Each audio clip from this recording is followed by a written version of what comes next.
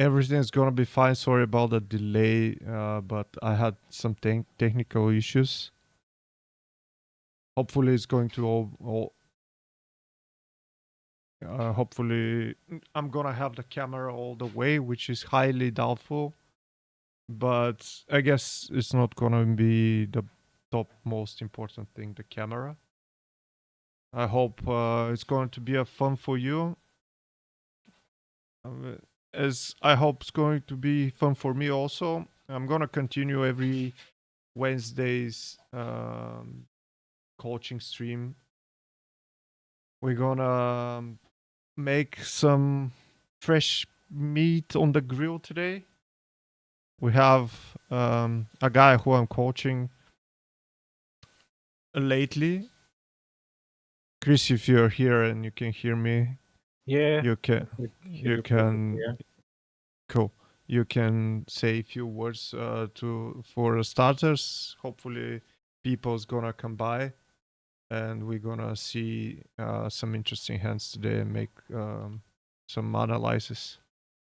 Yeah. I'm playing mostly like micro stakes.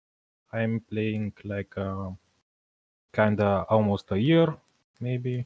I played before like recreationally with nothing about. I didn't know about how to study and some other things. So uh, that's most of it. I want to improve my game so I can be better and compete with better people.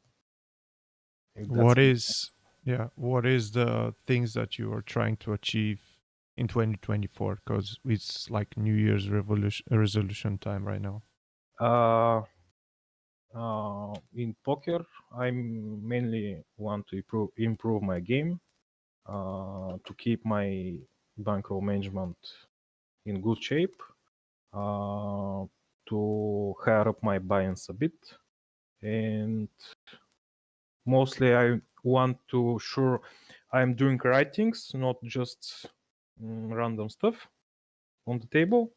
So I think you can help me with that. So you can review my mistakes on the stream. So I'm ready for that. Yeah, cool. Like I heard some kind of I want to keep my bankroll bit. I mean, that's mainly should be like consequence of your goals, if you can if you can say so. So basically, I think as goals you can quantify something if it's up entirely up to you, like for example number of hours that you can study, number of tournaments that you can play, basically number of days that you gonna play in these types. And yeah, I guess if they all match and you're basically going across the system, bankroll is gonna be more of a result than a goal. Yeah, So yeah. I mean, I have to schedule when I play very well because I'm working, yeah, and it's sometimes it's hard because you're tired and some other things happen in life. So I try to when I start to play, I try to concentrate my thoughts only about the game, not other cool. things like yeah. How many years are you playing poker in general? Like, and how Uh, old are you, by the way? Because I don't yeah, think I'm I know. 26. Yeah, 26. I play Fuck. more maybe like 11 years or 12. I start to play with That's kind of friends like yeah. that's kind of criminal. Yeah. It's kind of, but yeah, we didn't play with money, you know. We just play Yeah. with chips. Just for With the chips. that's for the teachers, I guess. Yeah, The for the version. game. Yeah. Yeah. I know. You were like developing your mind skills, and I'm sure it's gonna be no money involved when you're 14, and like Yeah. Exactly, if you exactly. yeah if you We can did double it up for your the sport. pocket money. Yeah. Yeah, for sure. Um, Yeah, from our conversations, I kind of know that you would like to give a professional poker career a shot. I like your approach because me and Chris had some study sessions together also, um, not only on stream. And I'm kind of liking his approach. He's taking the steady approach, not gambling a lot. He's one of the not many people that I'm trying to push to play higher a bit because I think his skills are better than micro stakes. But it's gonna be a micro stakes tournament that we're gonna check out today. Which tournaments it is, if you can say? Yeah, it's $3 tournament on Saturday, I think. The Mac Saturday something. It's a regular tournament, not Turbo One. It's not a bounty, or Yeah, is it it's a not a bounty? bounty. Yeah. Okay, so as I'm seeing on the display, it's 40,000 big blind. So I guess it's kind of a deep face. What is the face of the tournament right now? That's the final table. Okay, so we're starting with a final table. Yeah. Okay. Do we have any particular reads on the people, except the number of hands that HUD is showing? I think I don't remember correctly, but I think only one of the players is really good. I mean, not really good, but it's good for that. Decent. Yeah, Yeah. decent. The Gambler Joy, I think, is a name that I recognize. No one else. I I think can, that is the one. yeah. It's, I can see also 1, 2, 3 really tight players behind you, which is really good thing. yeah. And you have the loose players just in front of you. From Huerpora to Yorsi, they're kind of a looser player, which is fine. So yeah, okay, let's start. Hopefully, it's gonna be not only this tournament. If this is a final table, I mean, I'm not gonna be able to calculate exactly The ballpark. with instruments the ICM and shit, but I guess we're gonna do it how I think it is, and hopefully I'm not gonna be way off. Okay. Yeah, let's see. Okay, I think that's the first hand. Not really sure, but yeah. Yeah, you open King Jack off because Yeah. you're chip leading. Yeah, that's fine, perfectly.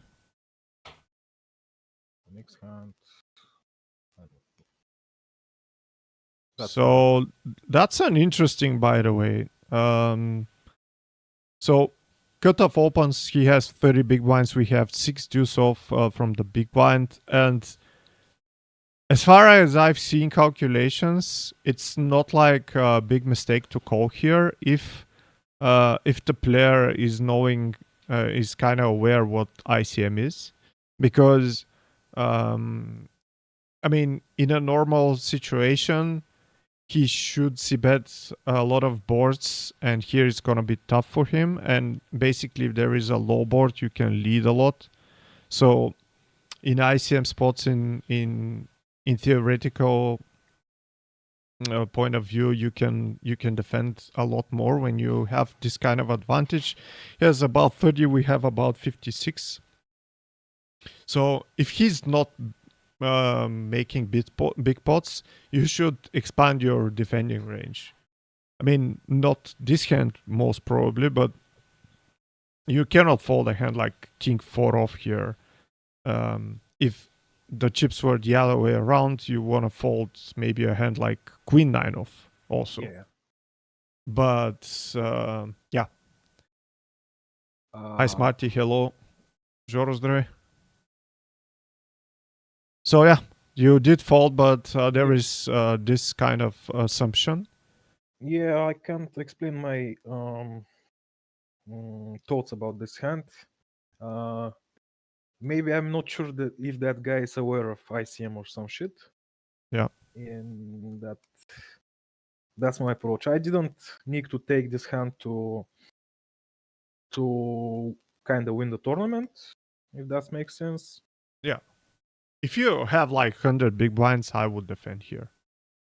Yeah, if I've had more, probably, Yeah. but yeah. Yeah. So let's move to the next one. King 10 off. It's 10-6 off from the Yeah. small blind. Okay, we fold. For example, I would defend this against that guy. I mean, Yeah, makes more sense. Yeah, makes more sense. Okay, that's 5-3 off from the button. There is no chance for you playing that, yeah. although you're chip leaning. But the guy behind you has 43, which can hurt your stack a lot. So it's the only guy we need to be a bit more cautious against. So yeah, 5-3. Go to the next one. Interesting raise by this guy. So UTG is opening from 16 blinds. He's one of the lowest. For like 19 blinds, he's one of the lower stacks. He opens 4.4 big blinds.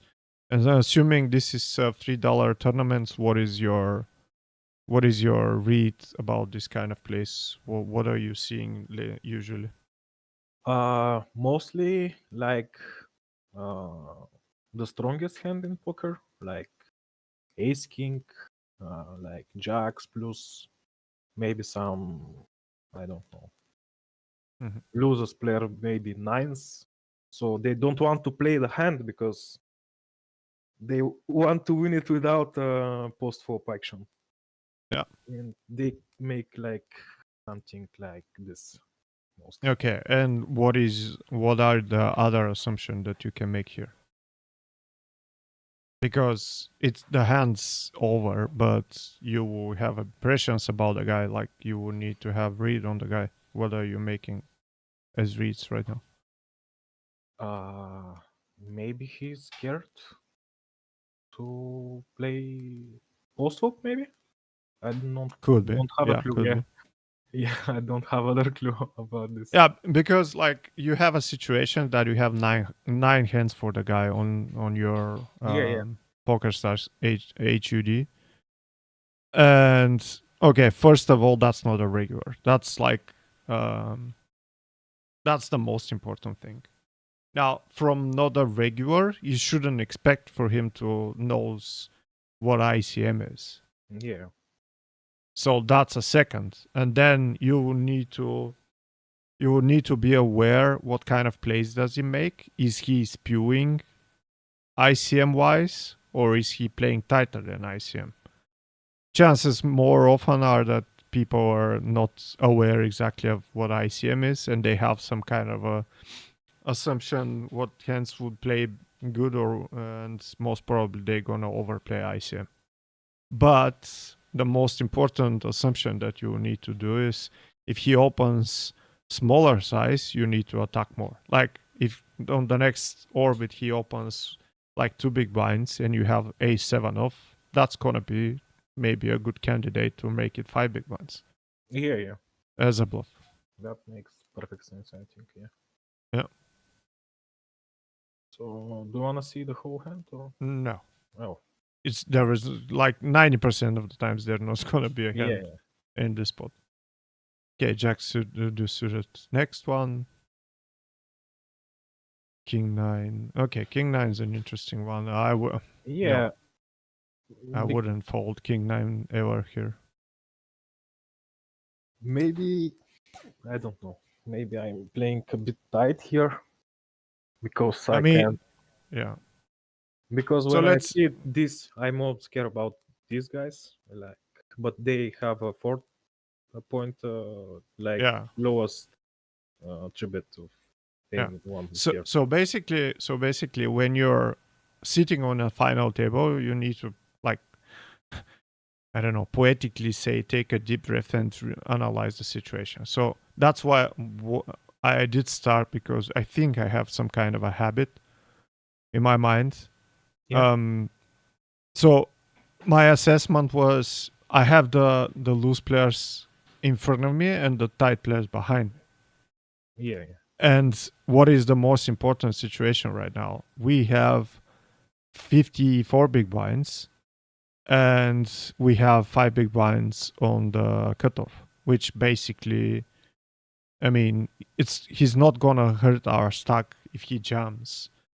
Yeah. Also, he has 15 VPIP, which is like really low for 130 hands, and most probably when we open, the the other people with smaller stack would need to wait for this guy to bust out. Yeah, that's make perfect sense now. Maybe I on that time when I played that table, I was 9 tabling, and that's Uh, the first few hands in the tournament. So I'm gonna try to take you up on this. And can you scroll the hand history bottom left corner? Can you uh, scroll it up? yeah, here.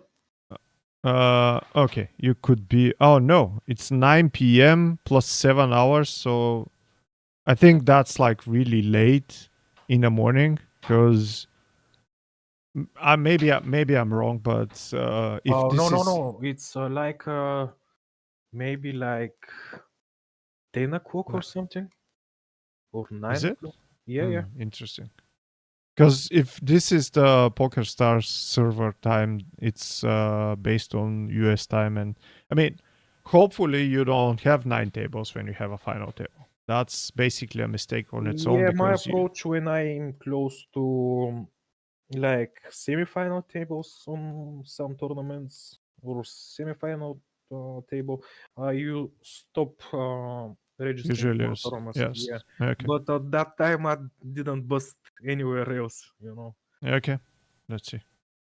But yeah, I guess here I would open close to at least cutoff range because we have 42 big blinds, 43 big blinds behind.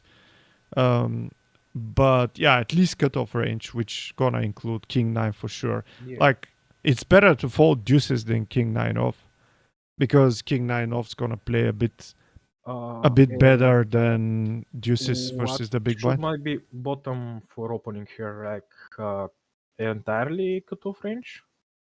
I would go for king seven off here. King 7. And Yeah. pairs, maybe fours? With 5? depends on the versus this lineup. Maybe I'm gonna go down to threes, but against regulars, yeah, maybe threes, fours could be bottom. The most important thing is that you are right now in the driver's seat, and if you get like 10 small pots in the next half an hour by like taking the big blinds or taking a c-bet here and there, Mhm. you're gonna make a big difference between you and the second place stack, most probably. Yeah. So that's your primarily goal right now, and most of the blockers you would need to open here. So I'm gonna open every ace here, every ace, just because the assumption is they need to wait first at least this guy to bust out and then try to mess up with the chip leader. So yeah, and I doubt on $3 tournaments people would know the correct 3-bet bluffs. The queen three suited, the ace deuce off, or whatever kind of bluffs. So I think you're gonna be most of the times you're gonna go yeah, unscathed from trying to steal that pot. So yeah, Yeah, king most nine, probably. king Yeah. nine for sure. Yeah, okay. So let's move to another one, or you have every. Yeah, okay, yeah, Okay. no. If you fold it, it's gonna be this guy Yeah. busted out. So Yeah. now situation changes a bit because there is like no more huge ICM pressure on the guy with 15 blinds. Yeah. Okay. So I open it. Yeah, ace 10 open from the low jack, they all fold. I mean, you could have king 9, it's gonna be the same. I would open king 9 again, by the way.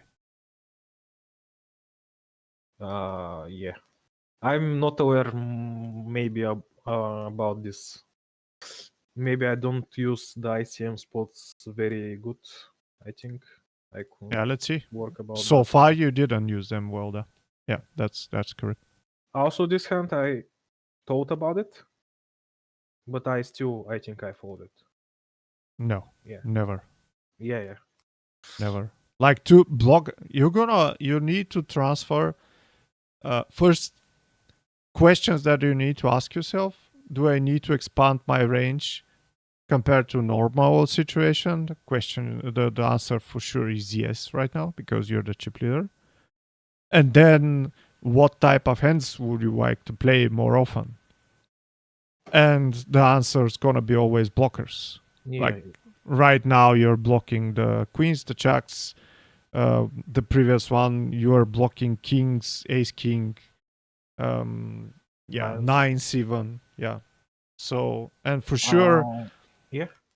important things are where are the short stacks on the table. So right now we are from what is this middle position, Yes. and we are attacking the small blind, the small stack. If the players are not regulars and if the players are not aggressive enough, they gonna wait for you to play with the small stack, and they will say, "Okay, fuck, nice, big blind, the big stack's gonna bust out the short stack, and I'm gonna ladder up for free. So why not?" Yeah, that actually make perfect sense here And because I would say it's kind of what you think in if you were in their shoes. yeah, exactly. Yeah. That's my first thought about that. You say probably I should open also the queen ten off. Yeah, queen 10 off I would open. Yeah, But queen, yeah, so if we're talking like percentage wise, I think, I don't know, 25, 27 here would be fine. Again, you're gonna go kick ace 8 off with blockers, that's every like ace a suited. hijack open range something. Yeah, Yeah, close to hijack open range. Until they like try to make a stand and try to, get back on you. The 2.5 big blinds winning right now is um I think it's gonna be a better spot to pressure them. So Ampasan says on $3.3 tournament it's difficult to understand who is capable of ICM faults. Like the information that we have from the HUD right now totally makes sense and kind of proves itself because the guys behind are not making any moves. And if we have like 2 or 3 people who are voting more than ICM or basically don't know, and it's not only the ICM thing, it's the way they gonna play back on you. Do they know the ace 7 off 3-bet fold hands? I doubt it. I mean, they maybe gonna jam more off on ace queen than usual, but that's why we gonna use the blockers here. So yeah, queen jack for sure open, like easy. yeah. I tried. Fold ace 7 suited, but open the blockers more often. Fold deuces, but open the blockers. Uh, funny enough, I would open ace seven suited by the way here. So Yeah. I don't know. okay. I mean, that's the difference of range building in this situation compared to a normal GPV spot. Yeah. I should work more about ICM spots because I didn't work as much as I wanted. Yeah, But maybe it's in future. kind of tricky because it's like special tools that you need, but yeah, watching final tables and get it analyzed could be useful for sure. Yeah. Okay, let's go.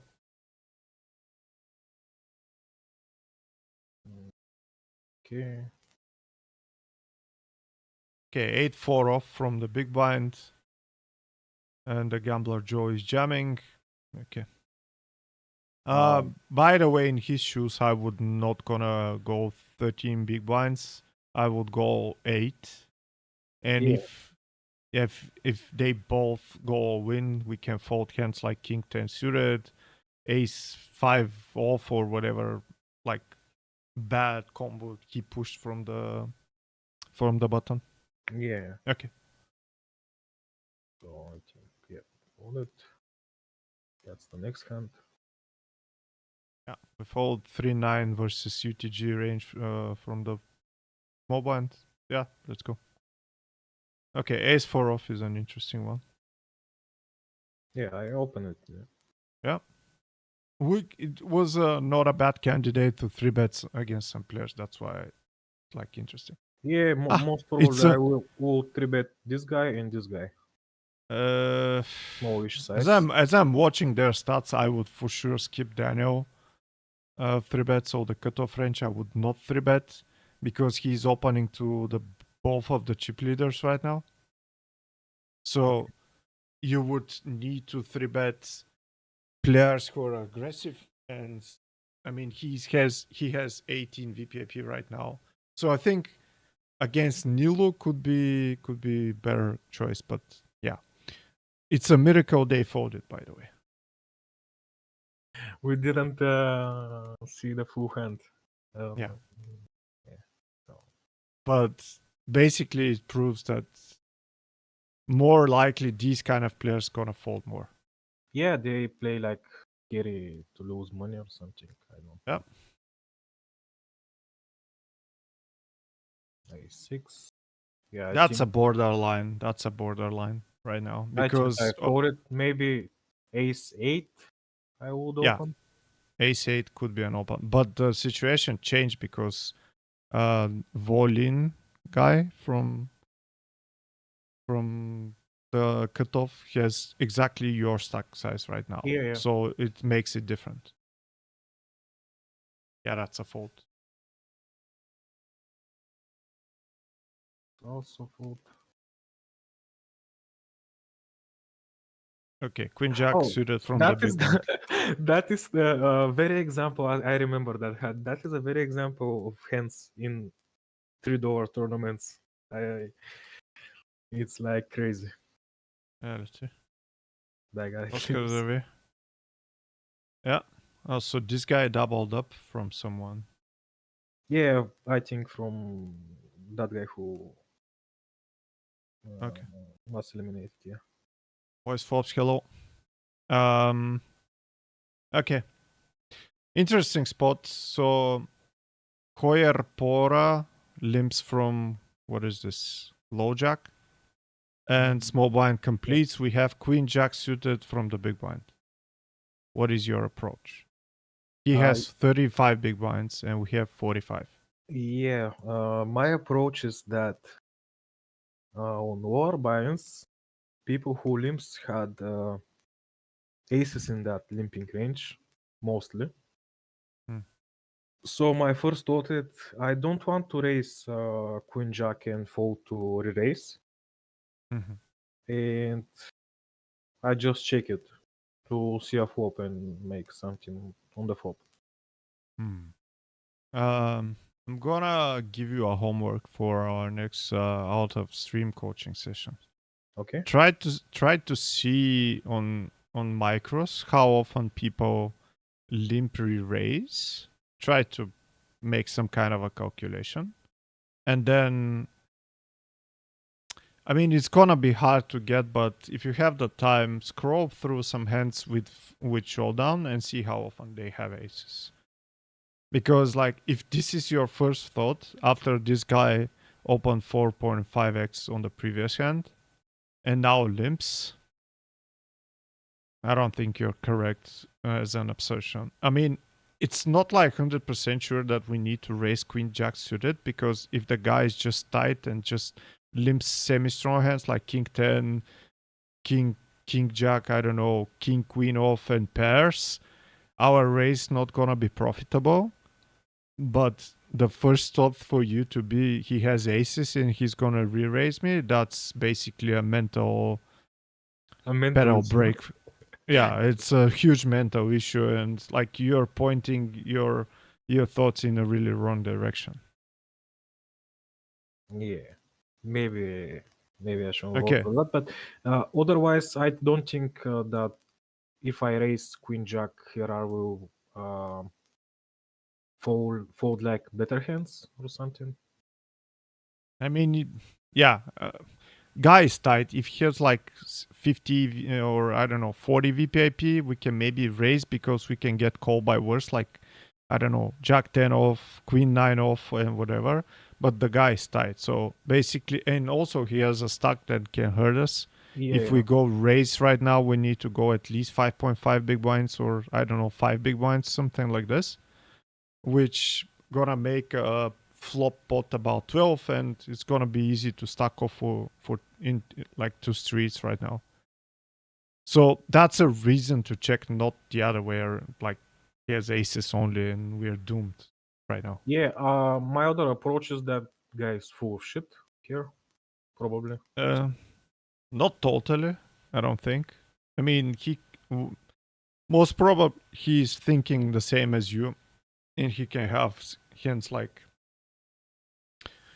he should complete almost all the suited hands, even though it's ICM, because of the price that he got. He needs to call 0.5 big blinds to win most probably 3.8, which is a incredible pot odds. But he can have also pairs. This is first force fives. Yeah. He's not gonna fold them. He's not gonna jam them.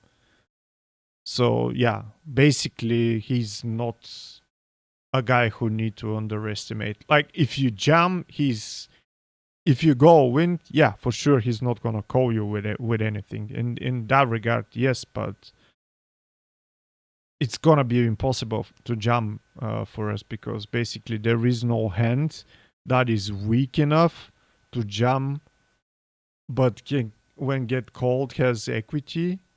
I don't know. I mean, and also the other important thing is right now if we consider ourselves better than the opponents, you're gonna avoid these kind of situations for sure. Yeah. So I'm gonna check, but not for the reasons you expressed already.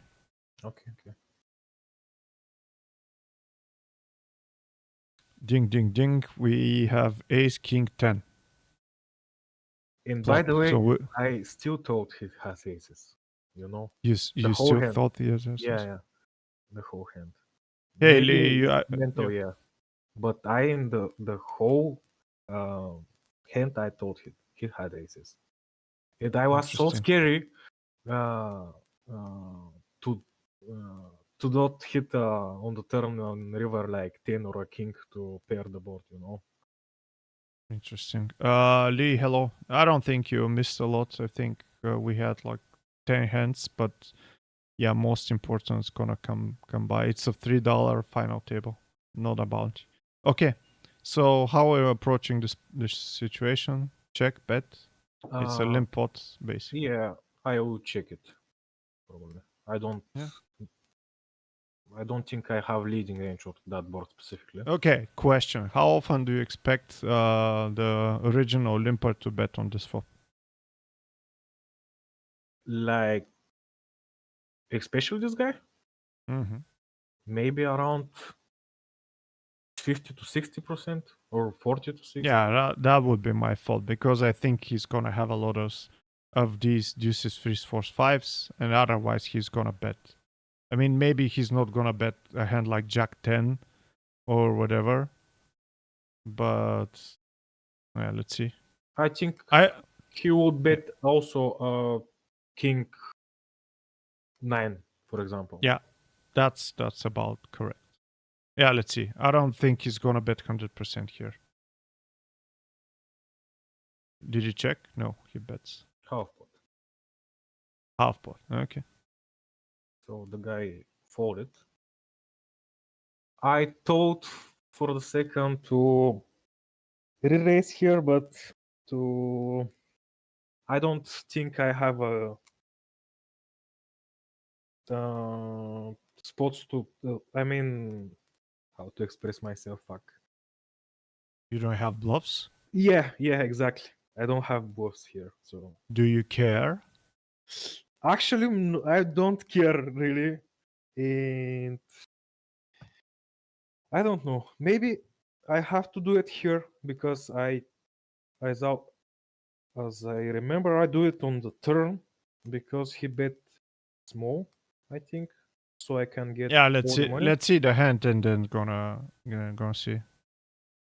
Yeah, I think Lee has the correct questions in mind. Okay, we call turns of 3. Okay, check. And he goes for the half Ace pot king again. 10 3. He goes for the half pot, which I mean, okay, let's see the hand and gonna discuss. You did click. It's not a click. You go almost 3x. Okay. Yeah, And then I'm not sure about that size, but I like it. I mean, you need to go for all the chips here. Okay. What happened? He calls. and I just jam it here. Yeah. And he folds. Oh, he did call. What? Ace off. Okay. So it's not aces. Yeah, it's not this. It's a shock. Yeah, Okay. was shock for me for sure.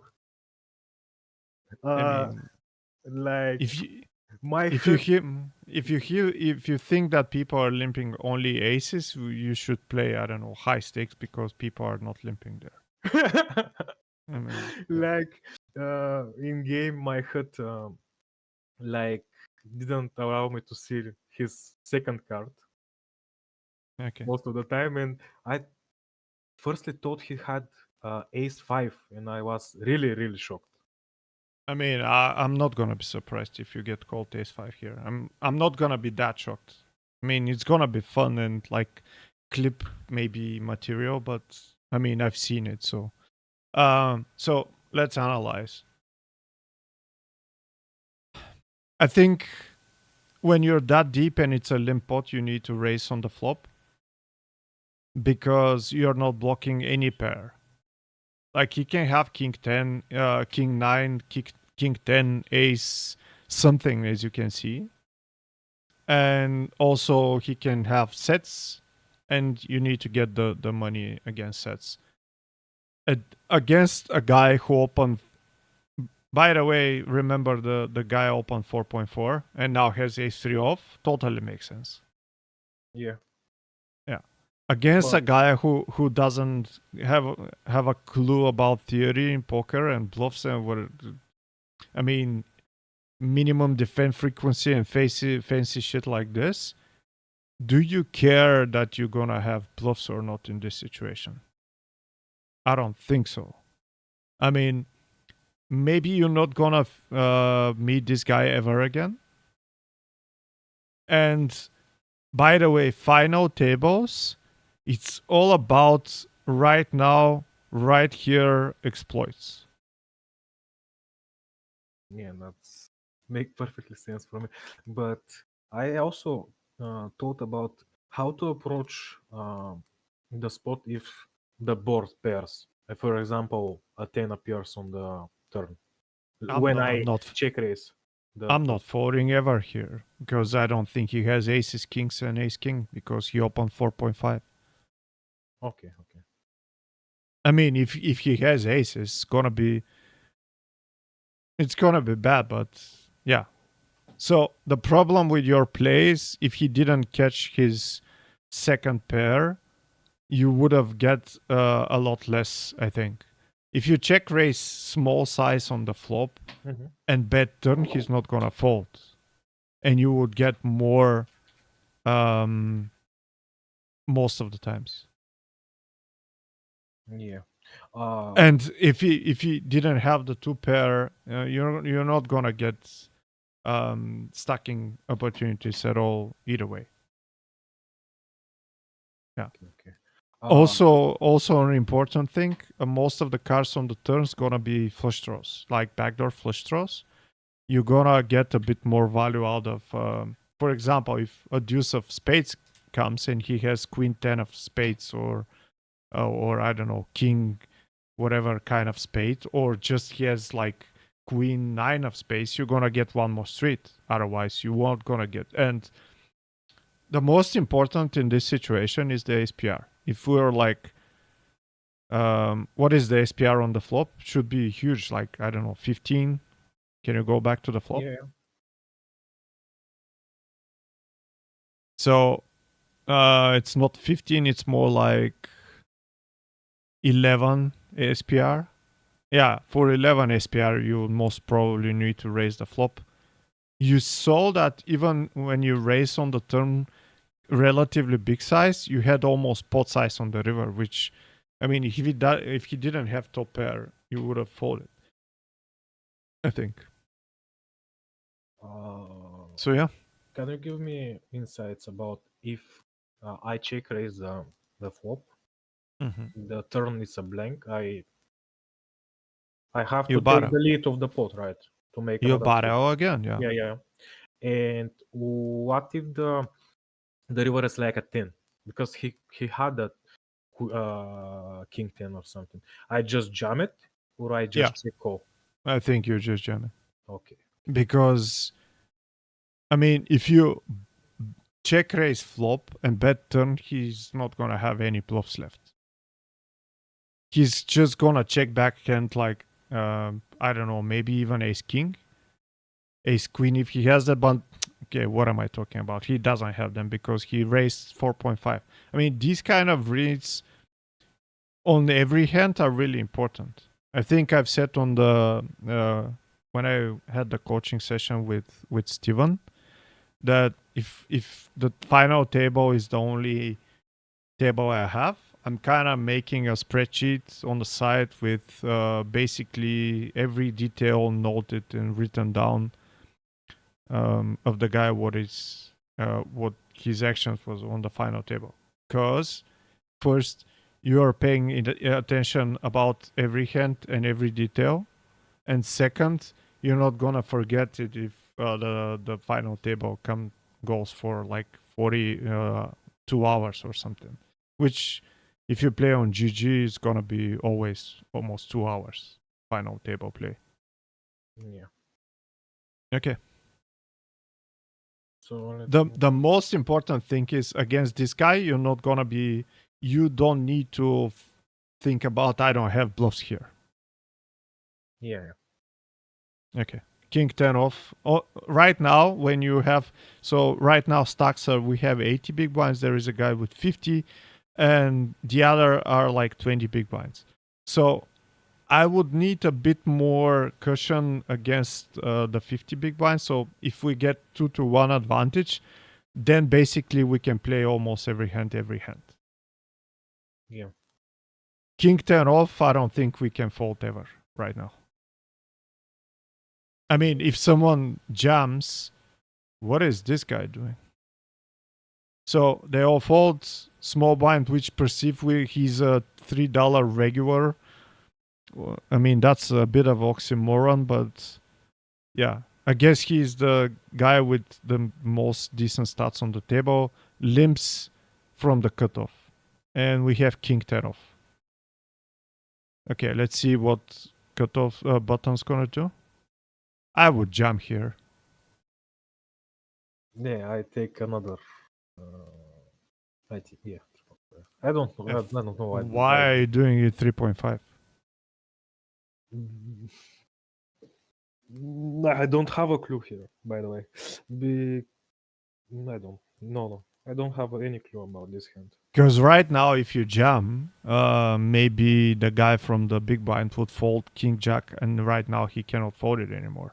Yeah.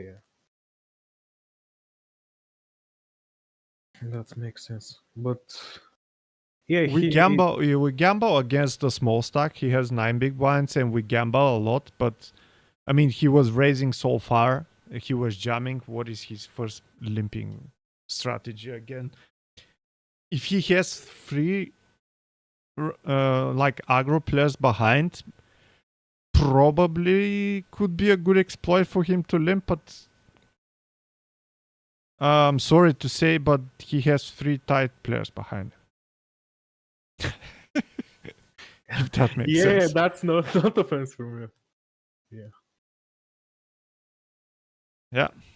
So with 3.5, yeah, I think this nothing here. I think. I mean, no, we cannot fold our hand, but this hand is not good enough to raise. I mean, you need to call if he jumps right now. Yeah. Just because of pot odds. but the hand is not that good that if you get just a call, you're gonna dominate his range out of position, although a small stack. So I don't know what this decision was. What is the reason behind this decision? Not You're good not enough the to only induce, one. I yeah, don't have a exactly. clue also. So Yeah. Yeah. And having random plays on the final table, I guess, is the worst thing. yeah, Because, and you need to, like, I think in the long term, I don't know, making a voice video, like commentary video on a final table just to express the thoughts that are rushing into your head at the exact moment is gonna be really useful for you to improve. Because I don't think there should be an answer. I don't know why I did it. maybe when I played the final table, I have some clue what I'm doing, but when I rewatch the hand, I don't have any clue what I do here. Maybe I thought I can raise fold here, maybe against the GV guy. Yeah. GV guy, yeah. But I don't have other clue here. Maybe that's my thought process when I played the final table. Maybe it's not the correct one.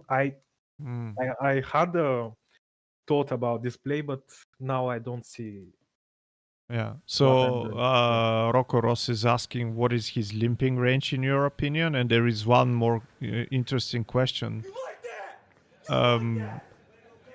And it's not question, maybe a suggestion. Maybe you didn't see the guy limping, but I don't think that's correct because otherwise our size against the big blind should be smaller when he has less than 20. He, APM copy, thank you for the follow. is that I mean, if that guy did not limp, Yeah. is that hand good to jam on this guy? Yeah. On that spot? Yeah.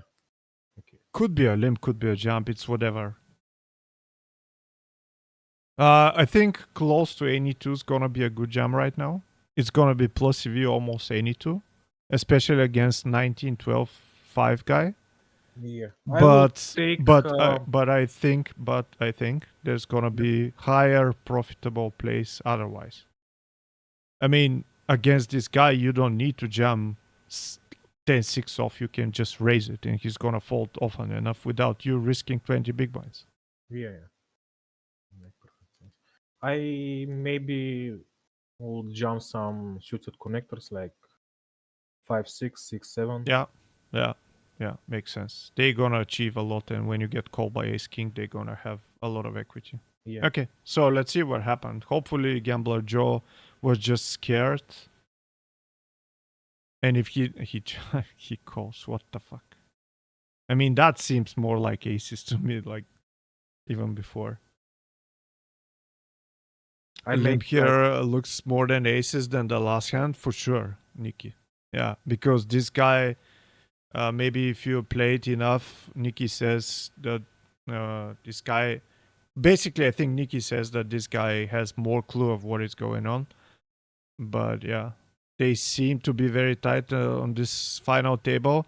Even our hero is very tight, APM Koi. That's the problem. That's what are we grilling him about tonight. Don't expose myself to. Too late. Too late. So yeah, I did see bet and maybe a quarter, So maybe flop. even less. Yeah, flop comes queen 3 deuce. We have king of diamonds and 10 of clubs, and basically you need to know if you bet here, you can fold. I can't fold. No, you cannot fold. Yeah. I hear that you. So maybe jam is a best play here. So hopefully he can fold. I don't know if he limped 8-7 or whatever bullshit. He can maybe fold, but I mean this spot should never exist in the first place. Yeah. Both of you, by the way. Yeah. So I. From what I've calculated, from what I've calculated, and I have some clues by my friends, in a high ICM spot, we don't have limping range in a non-bounty tournament.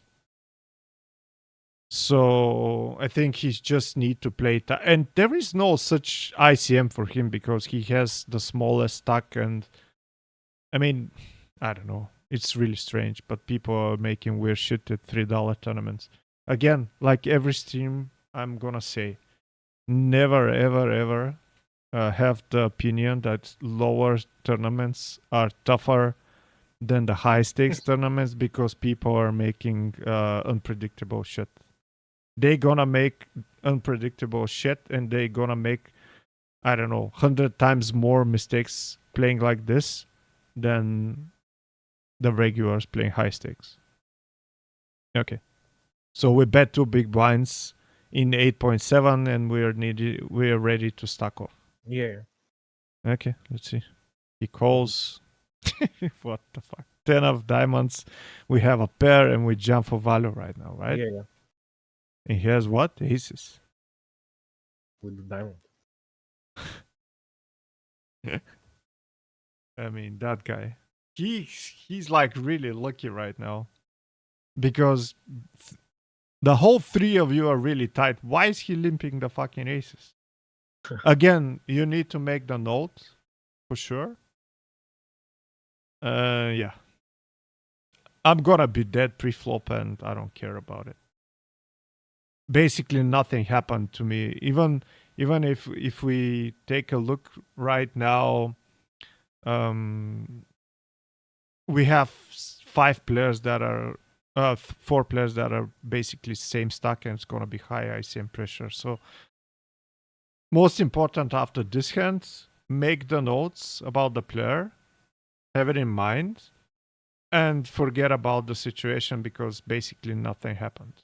If you say, "Oh fuck, I made a mistake," you're just gonna make your life worse right now, and it's more probably to make future mistakes because of emotional, I don't know, mental error that you did.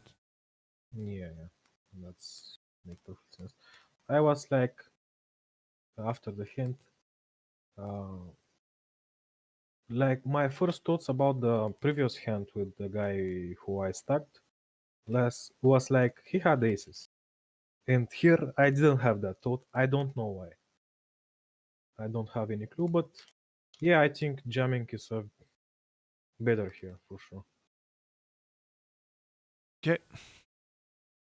What is the play? The guy limps with 9.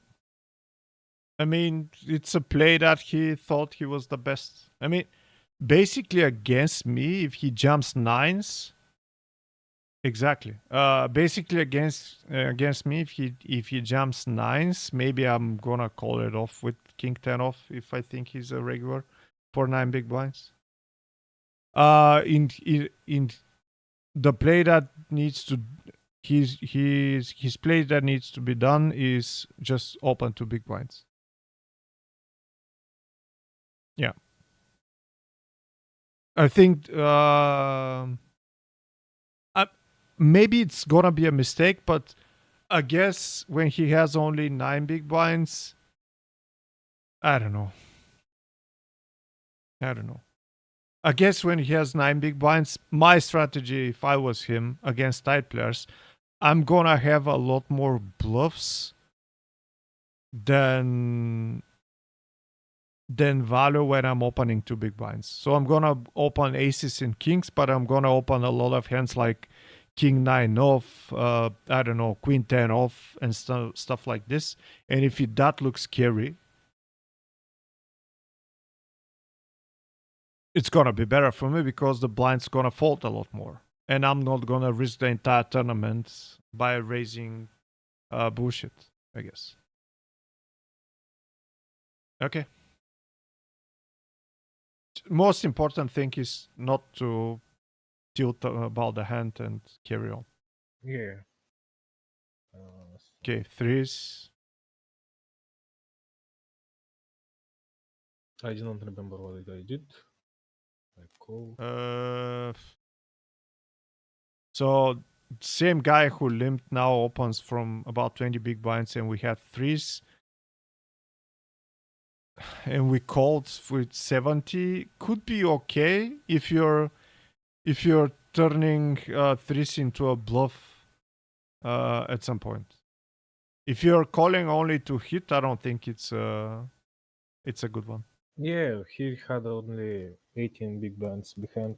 I think it's not Yeah. a great idea to wait to hit a tree. Yeah.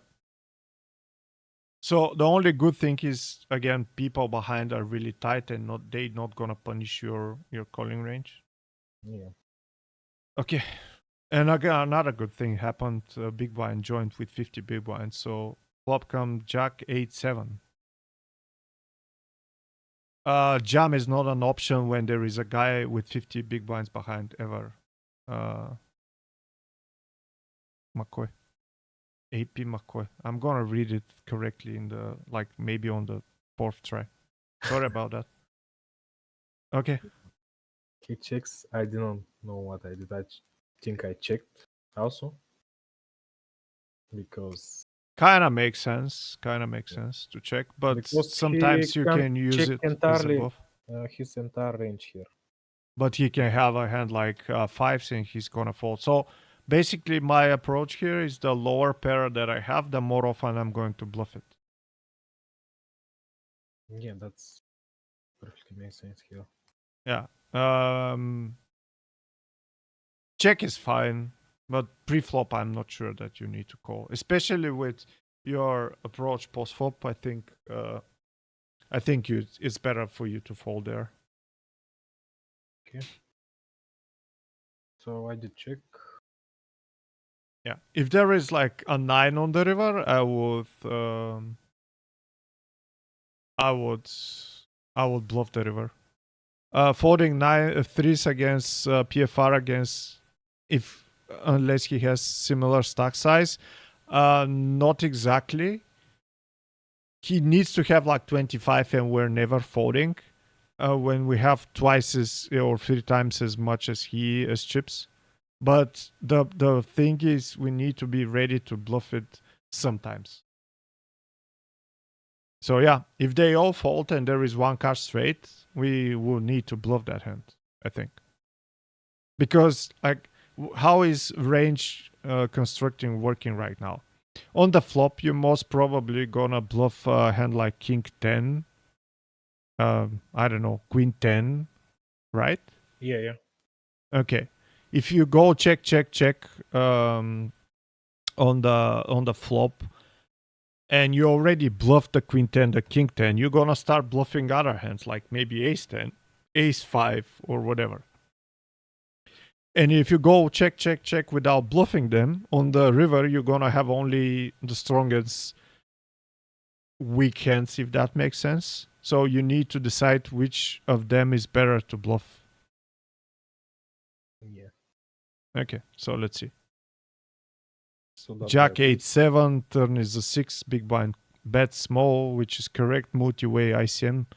I think the sizing is good. I don't know if he knows it, but it's good. And we're gonna fold regardless, so yeah. Also, really important thing, if you consider the big blind wide range, you should fold more. Because like in this spot, he doesn't need to defend that often. He just could maybe wait for you to bust Gambler Joe. And if he right now calls a hand like, I don't know, A6 off, that's gonna be a really an alarm that he's willing to play small pots with wide range. So yeah, it's good to basically to note every showdown on the final table. Okay, let's go. Okay.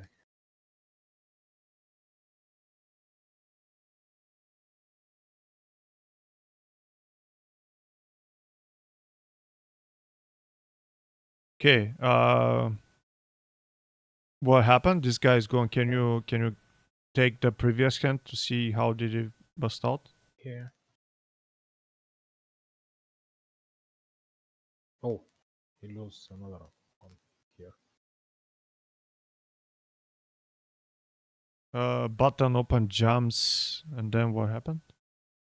For 12, and big blind calls him with Wow. So okay, button open jumps with aces. Oh, no, did he No. open? Yeah. Okay, No. he did open. So he raised called with ace 10 suited here. It's not gonna happen, I guess. I don't think that's a call. What should that guy? What is that guy's bottom Yeah, range? let's go back to see. Let's go back to see the potos. 39 with ICM. I don't know, 40 something. What is? If you are you, what are you rejamming from the small blind? Like some pocket pairs, maybe. Like maybe eights plus, because the guy from the early position is really short, and he would have like strong range, Yeah. and maybe ace queen off, maybe ace jack. Okay, I'm gonna put for the starters ace jack suited, ace queen off. Not jamming worse than ace 9. Ace 9 is gonna be tough, I guess. So Gambler Joe is opening from what is this, 15 big blinds. His range should be like really strong. So my jamming range would be something like, I'm gonna try several ones. So let's see right now. Should I Ace open the 10's range? hey, I did open already there. You can see it on the stream. Oh, okay, yeah. So Ace 10 suited has 33 equity against this range, which is a huge punt. I mean, in my mind, he would need to have at least 4-5% more than Potots right now. At least, maybe even more. So I guess he's looking for equity about 45%, let's put it on average. For 45 against this range, it's gonna be tens and ace king only.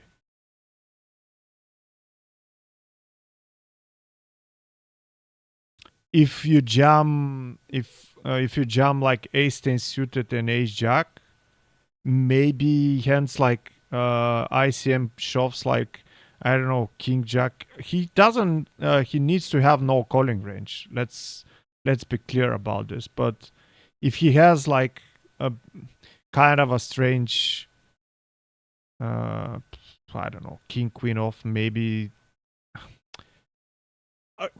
against this player, Gambler Joe, the small blind should not shove bluffs for sure if he's got snapped by ace 10 or called, whatever snapped it is. So if we put a range like this, this is Flopzilla basically. There is Flopzilla, you can buy it once and there is no additional monthly cost. So it's a tool that I'm using for years.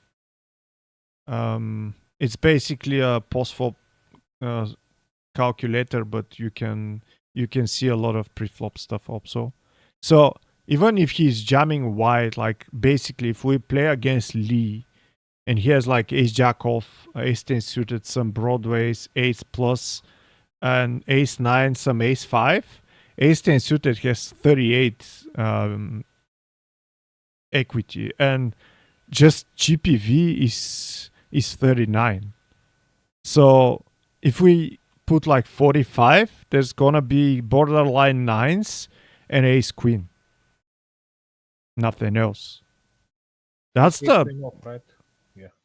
yeah, ace queen off is gonna be borderline, but I'm suspecting that it could be a bit more than 45 right now, because basically there are 4 stacks that are really close.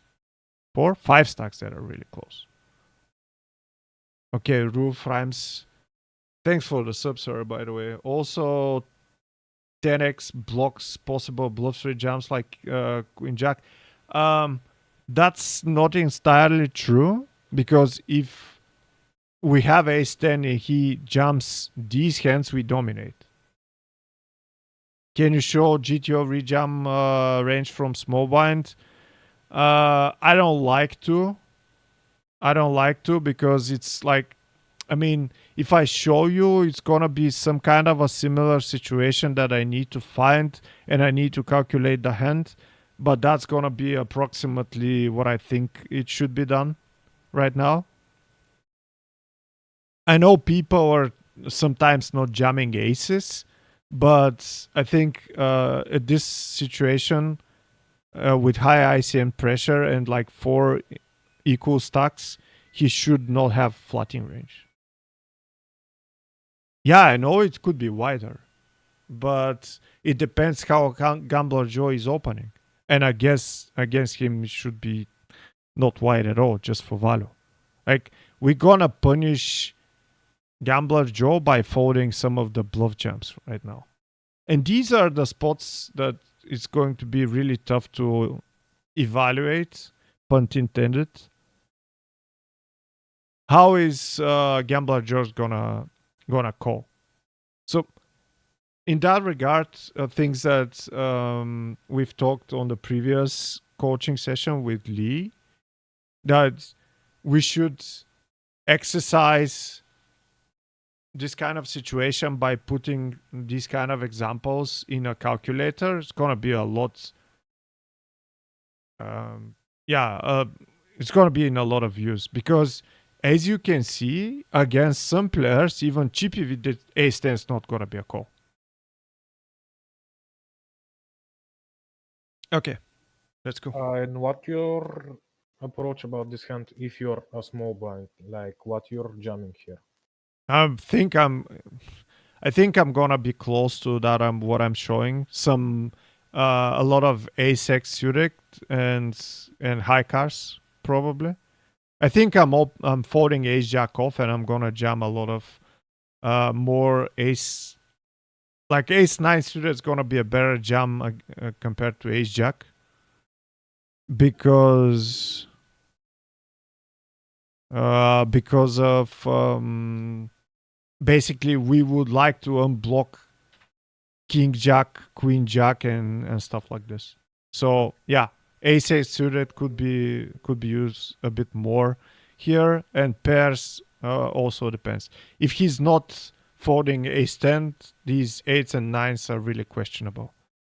So it's a guessing game, and these are the traps about ICM spots on low binds because people are doing really random shit right now. And what did he jam? Aces, right? Yeah, Aces. Yeah, aces I'm gonna jam. With 12 big blinds, I'm not gonna have other range in this. Found a similar GTO wizard, not exactly situation. Ace 10 is indifferent. Whenever a solver is indifferent, I would like to fold them versus population, says Lee.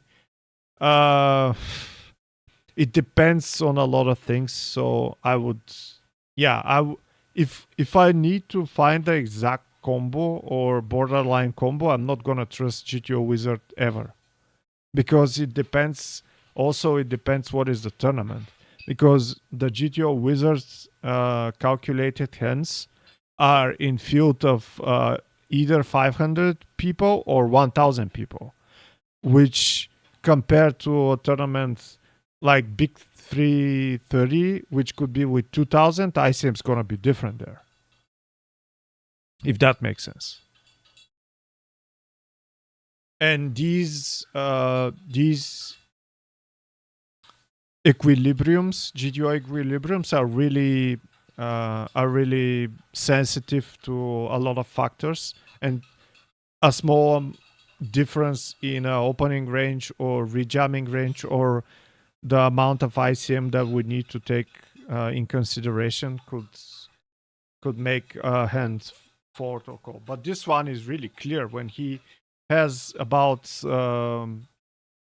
he needs 45 EV, 45 equity, and he takes a hand with 39. Guy was throwing the money out of the window. The name says so. Yeah.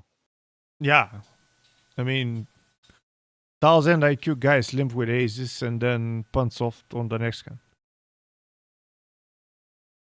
Oh, I you wanna know. go directly? Hopefully he's watching. He's not gonna take offense. Yeah, correct. Okay, so right now you should be really aggressive. I mean, I'm not aggressive with 10-4 off, but you should be like really aggro right now. If he, like, basically you would like to keep him in the game with 4 big blinds, so you can exploit other players. Okay, 4 deuce is from the big blind. We're never folding, unless there is a jam. Correct. 7-5 we fold from the small blind.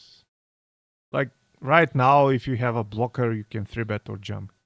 Basically, almost any king. Ace deuce an open. No, he raises. This guy But, opens. I think that is a good candidate to 3-bet. Like to. I mean, it's gonna be your first 3-bet, so it's better to over bluff when you haven't done anything crazy so far until you get called. Yeah.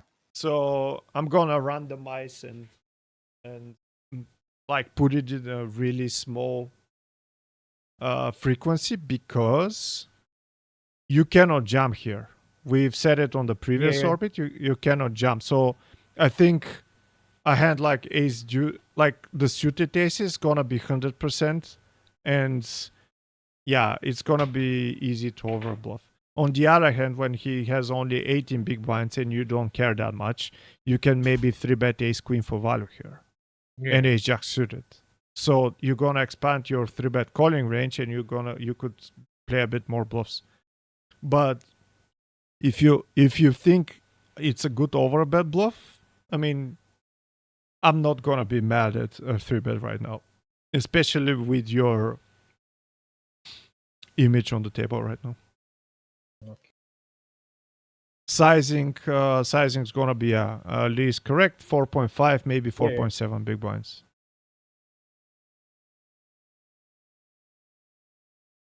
Yeah, that's a fold.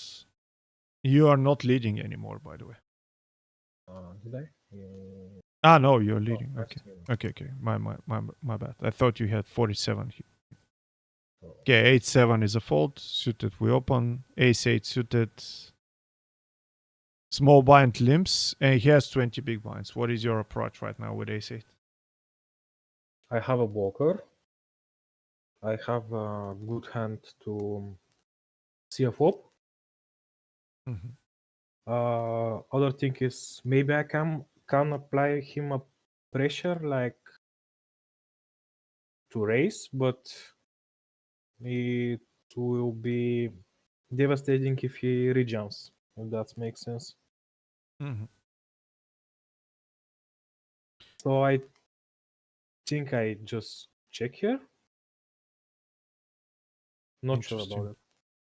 Yeah, that's a borderline. I mean, you did check. He has 20.3 in total. Yeah. In theory, this should be a raise call because of the difference of the stack size. Yeah, he should limp a lot and jam a lot of ace-x, maybe some kind of king-queen, king-jack-off, and some pairs. And if you put like 3.1 or 3 big blinds, there's going to be 7 in the middle and you need to call. But now, if before I take the decision, questions gonna arise. First, is this a regular? If he is a regular, I think raise call is gonna be fine. I mean, he's gonna hurt you, but he's gonna have a lot of faults also, or he can just call with worse hand, with like king 8 suited, queen 8 suited, king 8 off, and stuff like this. Reason is, I'm gonna raise that hand. The reason is I'm gonna like bluff the fuck out of myself here. Like maybe 50%, something like this. I'm gonna try to apply pressure. Yeah. So we need as many hands for value as possible to balance it out. In a I'm hearing. In a $3 tournament, balance not that important. Again, I think it's a good spot for you to overbluff because you haven't done anything crazy right now. Yeah. So far.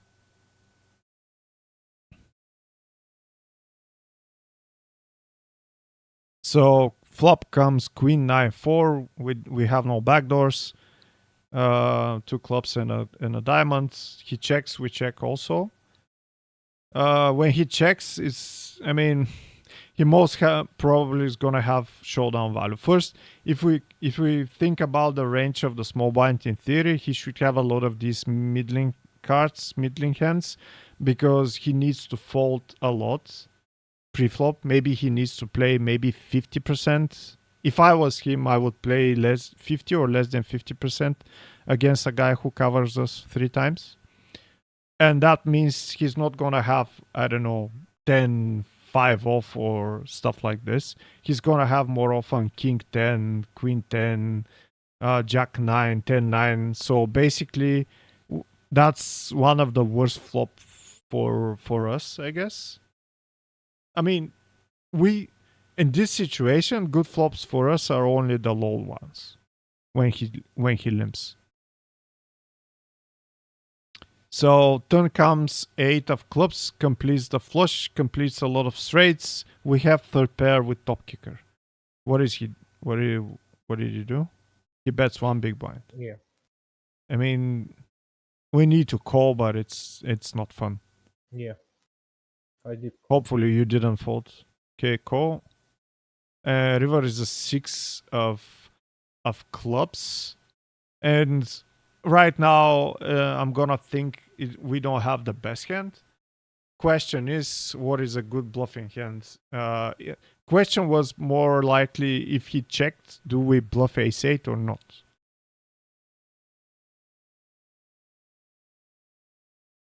Are you calling a quattro on the turn?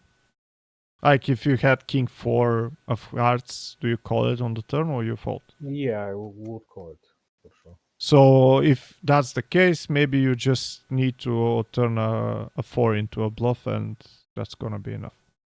Okay, that's so. If he checks now, I will check back also, right? I mean, you're not gonna win, but maybe sometimes. But with 4, it's gonna be less likely to win. So I guess I would turn. Yeah. I don't think you have a hand like ace 7 of hearts on the turn to check back and call. Ace 10, you don't check it pre-flop, so you don't have ace 10. About jamming pre-flop, we haven't said anything, but suited hands, I would not jam a suited ace. If I have offsuit, I can jam like a lot of them, maybe up to ace queen. But suited, there's gonna be 2 ways to play: either raise call, either check back to have some ace hands when in our check back range. So I don't think it's a good decision to jam against limp with ace 8. We're not gonna achieve enough good things, I guess. Okay. Yeah, now we fold. I mean, that board from the beginning, and when he checks, more likely he's gonna have a 9 or something like this.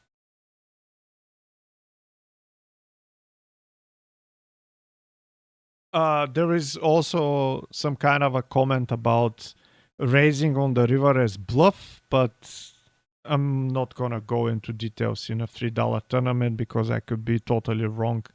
I guess unpredictable people. Let's go.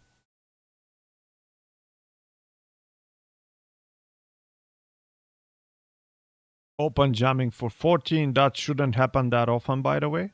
Yeah. He can jam not many hands like this, but yeah, if you see some kind of a showdown, make a mental note, make a written note, whatever you need to know what is he doing and do you think it's correct or no. Okay, let's go.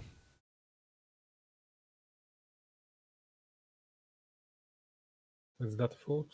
Probably yes. Right? Yeah. Jack 6 from the cutoff is gonna be a fold. That's a one that you can open because you are opening to the smaller stack, and again, Yeah, just skip it again. Yeah. yeah. But same the spot mistake. is not that great since you and the button have similar stacks. The thing is, I don't think you adjusted correctly on this table because all of the players except the guy who busted out with ace 10 are really tight, including you. Yeah. I just point the wrong final table, so I mean, it's the right final table if you're playing like this, these kind of leagues, and I yeah. mean, it doesn't matter if you get exposed on stream. It's more importantly, what are you going to do on the next table? Yeah. And again, maybe on the next table you're gonna over adjust and make some loose plays that's gonna lose you money. But yeah, that's the way it is. Okay, we have 8-9. It's the same spot Basic, again. yeah, basically similar situation with 8-9 suited. I think you can jam sometimes, but it's like really pretty hand, so we can check it back. Flop comes king 9 7 with one heart at two space. We have 9 8 of hearts, backdoor straight, backdoor flush. If he bets, we never fold. If he checks, I mean, betting's not gonna be a disaster against this kind of tight players. I don't expect this guy to check raise us with a hand like Queen 6 with, I don't know, Queen 6 of hearts or Queen 6 of with one spade, or I don't know, stuff like this. Or maybe to check 5 6 of spade of hearts and check raise. So you're gonna get away with a bet here, most probably. Against other players, it's different. Because I think he needs to bet this flop really often. Yeah. I think I just check back here. Because yeah, kind of when I bet like 9 on the first street, like so I my feel approach, like I'm bluffing here or something. When he checks flop and on this kind of a moist flop, pun intended again, I don't think he has king that often. Because, yeah, it's not expected from you to bet often on this flop. Why is he checking king that often? And again, this hand, by the way, is going to be one of these hands that you would most likely need to call 3 barrels off. So, yeah. The most important question is, do you expect for him to check raise often? If the answer is no, you can put a lot more betting here with ace 9, with 8-9. I mean, actually, you have a lot of equity against king because of the backdoor straight, backdoor flush. And SPR is about, I don't know, 8 or 7, something like this. Yeah, so it's my approach would be to randomize this hand like 50-50 right now. The upside of you betting here is you're gonna check on the turn almost often, almost ever, like almost always, and you're gonna see a chip showdown or chip river at least with one big blind bet. Yeah. I'm not gonna have big size on the final table also. Okay. Turn is the king. Here I think checked and I should bet here, right? Yeah, for sure. Sizing should be on the bigger sizing. Yeah, I mean, I like 2.5 and it depends on the river. You could check back or bet again. I would go a bit less, but yeah, just because it's gonna like 2 big blinds. Yeah. 1.72 because we still need to get called by a hand like ace high. Yeah. If he has them. But like when I bet like pot here, it's like more bluffy, right? I Like don't know. Could be. Yeah. Again, it seems like you're playing against tighter players, so against people who are more inclined to call you off with light, the better. Because I think at this point, if he has like queen stance, because he should have them pre-flop limped, yeah, he's gonna bet by himself. so Okay. Yeah.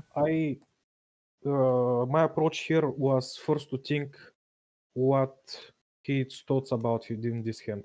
Like, he probably thought I will just bet the king on the flop always, like always. So Mm-hmm. he would never put me on the king when the board pairs. And I think I still have a lot of bluffs here, like 5 Yeah, 6, you like have ton of bluffs. yeah 10 6, like 8 jack maybe. You have Even all the gut shots from Queen 10 to 5 6, which are mm, at least, I don't know, it's a 3-digit number for sure. uh Bluffs. and I choose the bigger size here because if I had ace high and I was the small blind here on in his shoes, I would call the ace high here for sure. Correct. I like the And sizing, but depends on the players. Against these guys, could be a bigger size. Again, most important on final tables is to exploit maximum in this situation and like get the money and think about balance tomorrow. yeah, yeah, makes sense. But that was my I like whole. the play. I like the play for sure. Just yeah, trying to get all angles in. So do you want to move to the next hand? Yeah. Sure. Did you what place did you finish? I win it. Oh, Oh, so we have a lot of hands then. Okay, so yeah, 4 6 gonna be a fault. I don't know if we're gonna be able to finish because like yeah, only final stables usually if you want, I can skip to the heads up maybe, see something different. do you think okay, let's make something different. Um close the replayer and Okay. put only VPIP hands. So How? close this one. Yeah. Go to more filters. Okay. Do you remember which is the final table hand? We when did the final table start? Yeah, from that king jack that. Uh,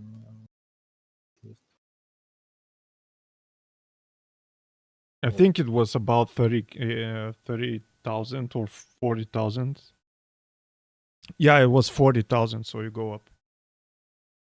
Okay, oh, the jack one. go. Okay, cool. Go to filters.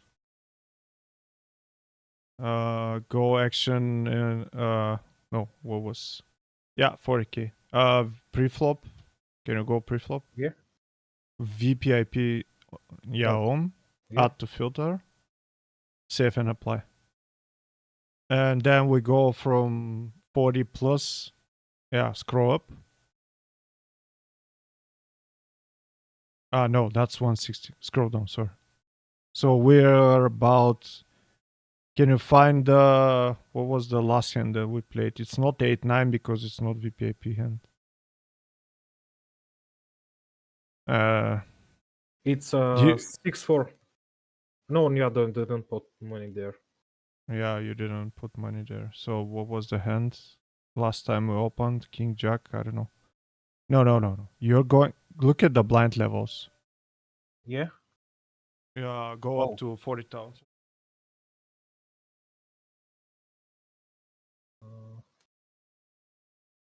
Fuck.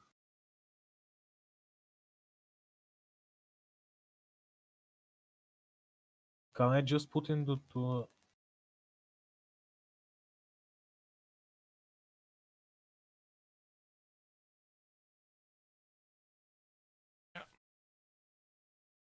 Yeah, go. Scroll a lot of hands. Scroll. Go. We need to be like for. oh We haven't seen kings. Okay, ace 4 off. Let's see.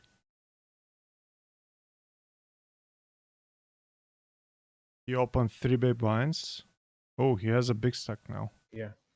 Okay, so totally different situation. I mean, I guess this guy looked like the best guy so far for me.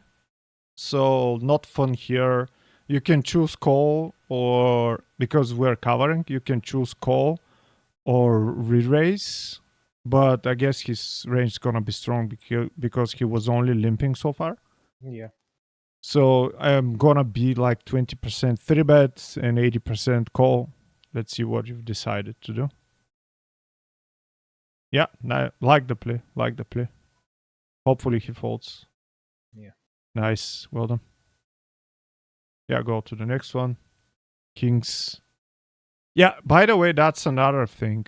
If you're not 3-betting as a bluff whenever you have the kings and you've like didn't 3-bet for the last 60 hands, what do you expect for you to get called by? I mean, people is gonna be scared because although you were the chip leader, you need to apply the pressure. You didn't.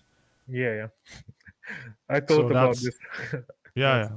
Like image is a lot more important on final tables. Like I remember that hand, like this hand, and he like tanked for like 20 seconds, and I was like, Cool. he's gonna jump on me. Like, I mean, whatever. If it happens, happens. yeah. But But I folded better hand for sure here with that. yeah, No, I mean, there is no worse hand than ace 4 yeah. when he's Yeah. opening. Even a hand like, I don't know, king 10 is better than yours. Yeah. So, yeah. Okay, kings. Let's see. This guy opens. We don't jump here. 7.2 is big, by the way. At this point with ICM, I'm going to go lower, 6.5. Yeah. Again, he's not in a spot that he can just call. What is he just calling on the final table here? He cannot flat with like 8-9 suited. If he's a fish, okay, but he doesn't look like the player who is fishy enough to just call with like Jack 10 suited right now. Yeah. So I would go smaller and maybe he's gonna be more inclined to jam because right now it seems it's gonna be hard for you to fold since you put that much that amount of money in the pot. So I would go smaller, 6.5, 6.8 maybe. Okay. Could be small detail, but we don't know. Could be important. Okay, let's see what happened. Did he fold? Oh, sorry. Yeah, he did fold. Yeah. Sizing is big here for ICM.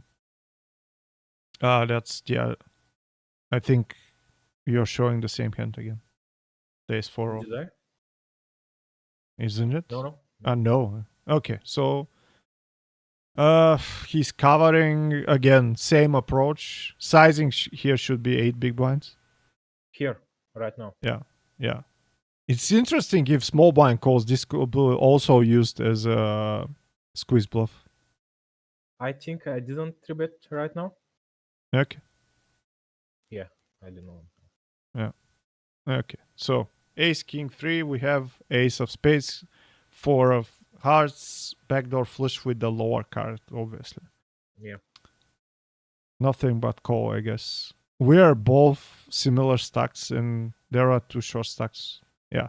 It's good that he started with small bet, by the way. Yeah. If you face here a big size bet on a $3 tournament, it's gonna be heartbreaking. We call I easy. I mean, like, don't loving that spot, by the way. Yeah, for sure. Turn is a deuce of hearts, and we have 4 of hearts, so we have backdoor straight flush draw. 5 of hearts gives us the nuts, and hopefully he checks, by the way, because right now top pair is not that important already. If you had like ace 4 with no heart, I would fold here on the turn. Think I fold here right now? No, I don't think you can fold when you have a heart. Like every heart is better than a pair, I think. There is also a discussion if you can lead here on the turn. And I think, I think because the higher the heart you have, the more leading you can make. So this, if you lead, it's gonna be small size. Pot is 8.3, so we can go maybe 2.5, 2.6, something like this. And he's gonna be almost impossible for him to raise, which is basically like blocking action kind of thing. Yeah.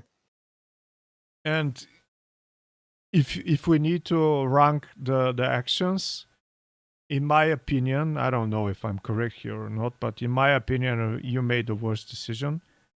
I would first go check call, but if I would fold the if I would go fold against a bet, it's better to lead. Yeah. That's Because it's like really easy for him to say, okay, fuck it, I'm cheap leader. There is an ace and a king. He's opening wide right now, right? yeah, probably. Yeah. If he's opening wide and if he has like, I don't know, Jack 10 with a heart or Jack 10 without a heart or I don't know, 5-6 of diamonds, why is he not bluffing here? I mean, he's gonna bluff a lot of hands. It's really important if he opens from a wide range or a tight range. And Yeah. right now he should open from a wide range. You know that I'm sticky most of the times and I don't like folding that much. Yeah, Like, but I guess that's not happening for final tables. You didn't 3-bet enough, you didn't open enough, yeah. and now you're folding basically a flush draw. With a pair. Yeah, with top pair. Yeah. So let's forget that hand. Move on. Go. Yeah. Jacks, we're down to how many big blinds? 40. Okay. Yeah. He raised. So hijack raises as a chip leader from about 50 big blinds. We have 40 and we have jacks. How are you playing here? I just call here. Yeah, I like the just call strategy because My thought if we was, yeah, if I 3-bet like to 7 and he like jump, how I call with jacks like with this shorties. yeah, my sizing wouldn't be 4, but you can 3-bet call with jacks against players who can jam a lot of ace deuce ace 5 ace 3, and on a $3 tournament that's not gonna happen. Yeah. So call. Yeah. Flop comes jack 10. Flop comes 9-6-5 with 2 clubs and a heart. We don't have any backdoor flushes. Yeah. So He bets. he bets. Now question is, can we lead here? Because if he is opening wide range and we are calling tight, we're gonna have more sets than him, and we're gonna have more over pairs than him. So leading also kind of a option here, I think, but I would go straight forward and check call because if you check raise here, you need to be ready to stack off, and Yeah. he can open 8-7 off even right now. There are people who like gonna play a lot more aggressively than you, and yeah. So I'm gonna call. Turns the deuce. Total brick. Hopefully check. Yeah. Yeah, he checks. River is a 4, makes 3 a straight, but completes the flush on the river. So if I bet, it's gonna be maximum 2 big blinds right now. Just we need to get called by Worse. a hand like ace 5, ace 6, and stuff like this. Yeah, I thought about blocking the river, like maybe 1 big blind or 1.5. Yeah. But I just wanted to give him a chance to bluff like something random here, if Yeah. that makes sense. The only problem is if you can convince yourself to fold if he bets 6 big blinds. Sorry, can you repeat? What did you say? The only problem is if you check. I Yeah. mean, I like more checking because I think he has nothing more likely. Like okay, there are people that block bet's gonna be better if they're not be able to fall ace 5 and ace king, ace queen. Better to block because he's gonna have more often these type of holdings. But if he's gonna be the one who bluffed, you need to be ready to call a size like 6 or 7 big blinds right now. If you're gonna check fold against 7 big blinds, you'd better block. No, Because I will call like even a pot here maybe. Okay. Because it makes sense for him to check some of the ace x of clubs, or if he has like ace deuce of clubs, if he has some kind of a ace 5 of clubs, it makes Yeah. sense for him to check I on the turn. think he also can turn like ace deuce to a bluff on some point. I don't expect that to happen on $3 tournaments more often enough. Okay, let's see. It's gonna go check. He's gonna have ace queen more often. Ace deuce. Oh, okay. He didn't. Okay, he didn't turn this into a bluff, even with a deuce of clubs. So basically, you're not correct on that one. Yeah.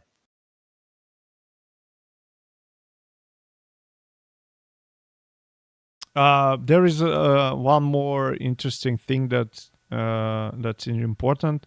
If you block bet and he folds, he's not gonna see that you just flooded with jacks, which is, I think, it's some kind of advantage. Yeah, probably.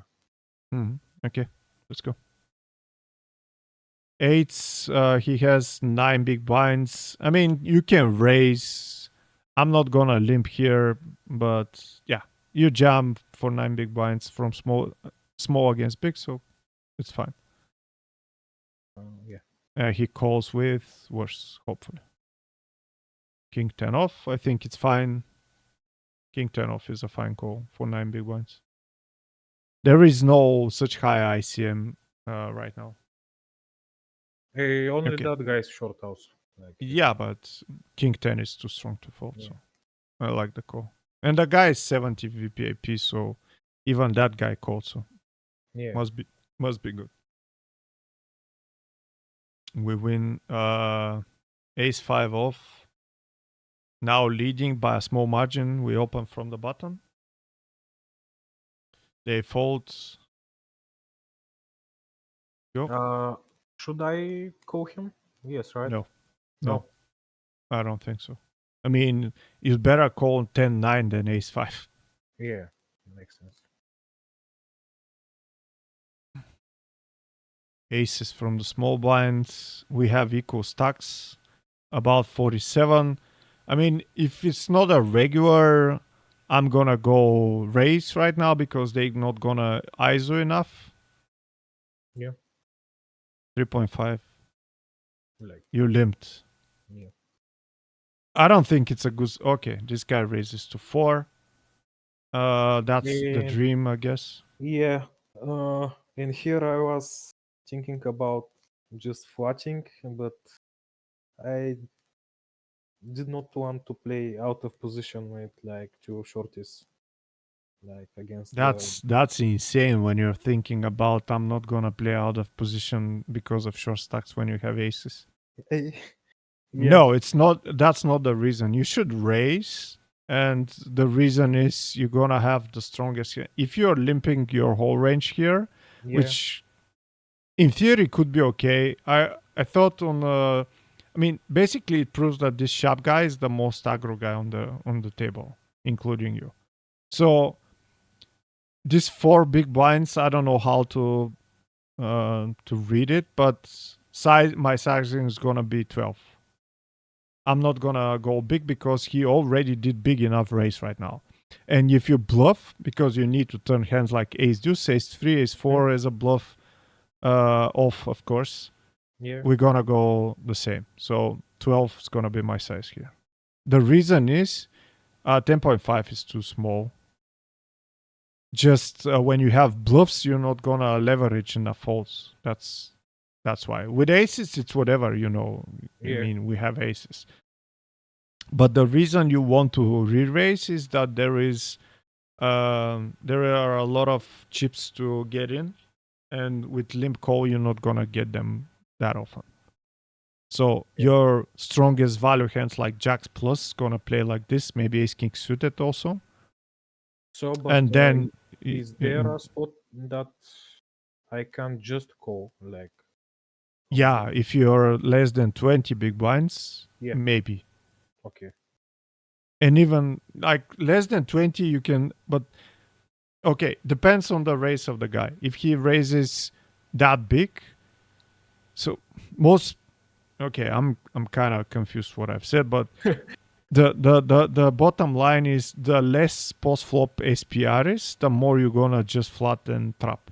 Yeah. Okay. That makes sense. Mm. So hopefully he re-raises, but yeah.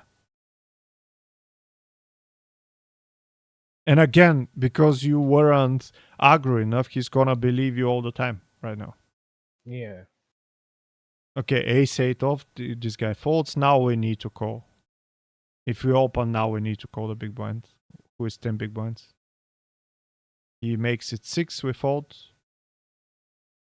Yeah, I don't like his sizing. He should be 7.5 to 8 when he has 40 plus big blinds. But yeah, he smelled blood and he tried to be the most Yeah. aggro player on the table for sure. Okay, Jack 9, we limp again. Totally equal stacks 50. Check, check, flop comes ace, king 10. And you do check Jack 9 without backdoor flush. Yeah, I think it's okay check. I'm gonna check more queens than jacks. Because if we limp our... I mean, he's not gonna need to raise every ace in this 50 versus 50 stack situation. Plus, you already did limp re-raise one Yeah. time. So he's gonna be more protected. And we're gonna have hands like 5-6 to bluff with spades or, I don't know, 4-3 suited. You need to limp and bluff. So Jack 9 is not the end of the world. Just don't fold now. I mean, you need to call on right now. Okay. There's a king. He doesn't bet a... I mean, this could be a leading card. Because he shouldn't bet a king on the flop. I think. And you can check them a lot. Wow, nice. But the problem is that you're kind of doing it with really strong hands. Because if you're taking a consideration, if he bluffs, he maybe is not bluffing with a queen that often, and you're not Yeah. gonna fold a queen right now. Yeah, my thought process here was like he will make another streets of another barrel, and I will be not comfortable go with Jack 9 to call here. I think check raise with Jack 9 is far more gangster than betting turn. Yeah, I thought But about. Yeah, I think about that. yeah, Also. but it's high variance, and I don't know if you need high variance. Yeah. So I like the play. I like the you are analyzing the situation that he's not betting king and you're check calling, and maybe the good thing is you're gonna freeze his bluffs right now. Yeah, But you could do it with check raise maybe sometimes also. Yeah, let's see. Did he fold? I mean, I guess nice. I guess nice. Can he fold like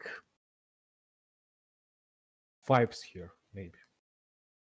I perhaps, but I don't think he's betting fives that often. Maybe he's raising them pre-flop also. I don't know. Yeah. Okay, Yeah, let's go. That's I think the best play you've made so far. Oh. Yeah, let's go with tens. We have tens on the button. We open what? Why? I misclicked that. Okay.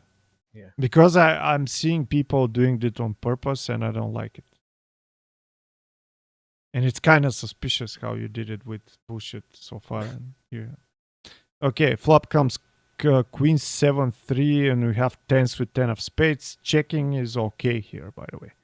So the theory says the less SPR, the more checking we need to do with our range. Yeah. Because basically we don't have bluff leverage. If he has a 3, he's gonna see a showdown. Yeah. and your hand doesn't need enough protection. Depends if the guy is aggro. If he is aggro, we check and he bluffs 5-6 on the turn or whatever. Picks up a 9 sometimes if he has like 9-5.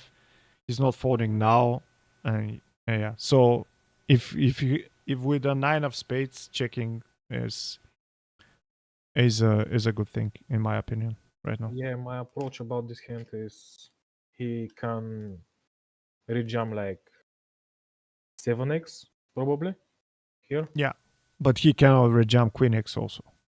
Yeah. So Like basically, it's the same. yeah, and when I like betting one big blind here, maybe if he folds like jacks, jack 6 for example. No, It- it's not enough to fold one overcard. If you want to go for a protection bet, he needs to fold two overcards on tens, and that's not gonna happen. Okay. So my approach here is if I have eights, I'm gonna bet more often than tens. Yeah, that makes perfect sense. Okay. So yeah, he folds. He folds. Ace queen open, two big blinds. They fold. Ace queen. We are already three left. Okay, small blind jumps 11, and we have 47 behind. How do you play with you? You are covered by the big blind. I How do you just play here? call here. Yeah, I don't have showing range here at all. Yeah. Just call and decide what to do. But I guess with this hand, I would gonna call. I'm gonna call with ace queen off here. Okay. He jumps what? Something that we beat, hopefully. King 9 suited, fine. 4-11. Okay. Now go back to filters and delete the filters. We are starting at 100k. We need to see also all the hands from the heads up. So it's gonna work now, or I have to reset it? No, you need to reopen the hands. Oh, that's what. Okay. Let's see. Oh fuck. Hopefully we are on the same tournament. Okay, we are. So get the What? Oh, sorry. Give me a second. yeah. Can you, by the way, can you go to the hand column and rearrange them to the other direction? Just go to hand. Number of hand. No. Where? Up. Like this? Yeah, here. Yeah, exactly. So put them in the other way around, Oh. and now get all the hands, replay all hands in report. Go to 100k. Yeah, go to the. It's gonna be the bottom, and maybe it's gonna Oh, it's freezing. lag for a bit because Yeah. it's like too many hands.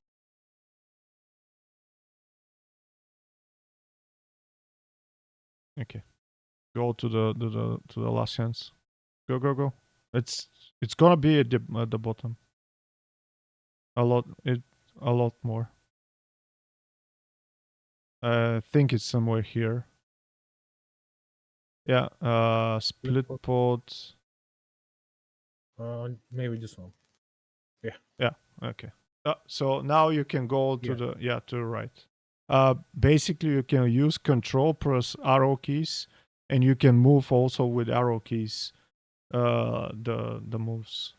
Like if you go right left, you're gonna move the raise bet call. Oh. Yeah. Yeah. And with Control plus arrow, you go to the next hand. Yeah. Okay. Is this the first hand of the heads up? What the Yeah. fuck? Okay, we're playing 51. He raises. We have ace king. We go to 8 big blinds right now. Yeah, nice sizing. He folds. Next hand. We have 5-3. We're not folding anything here. So for heads up,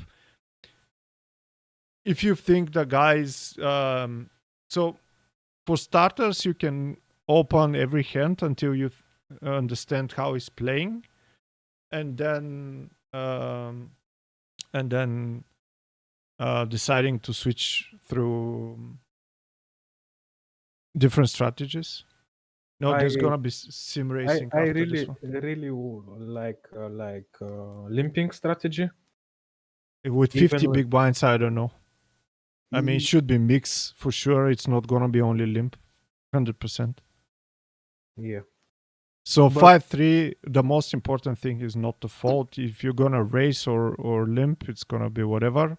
But I would prefer to raise almost everything until yeah, I'm proven wrong. Limp, check, check. Flop comes 6-6-7 with 5-3. So now here in heads up, it's like really tough to evaluate ranges.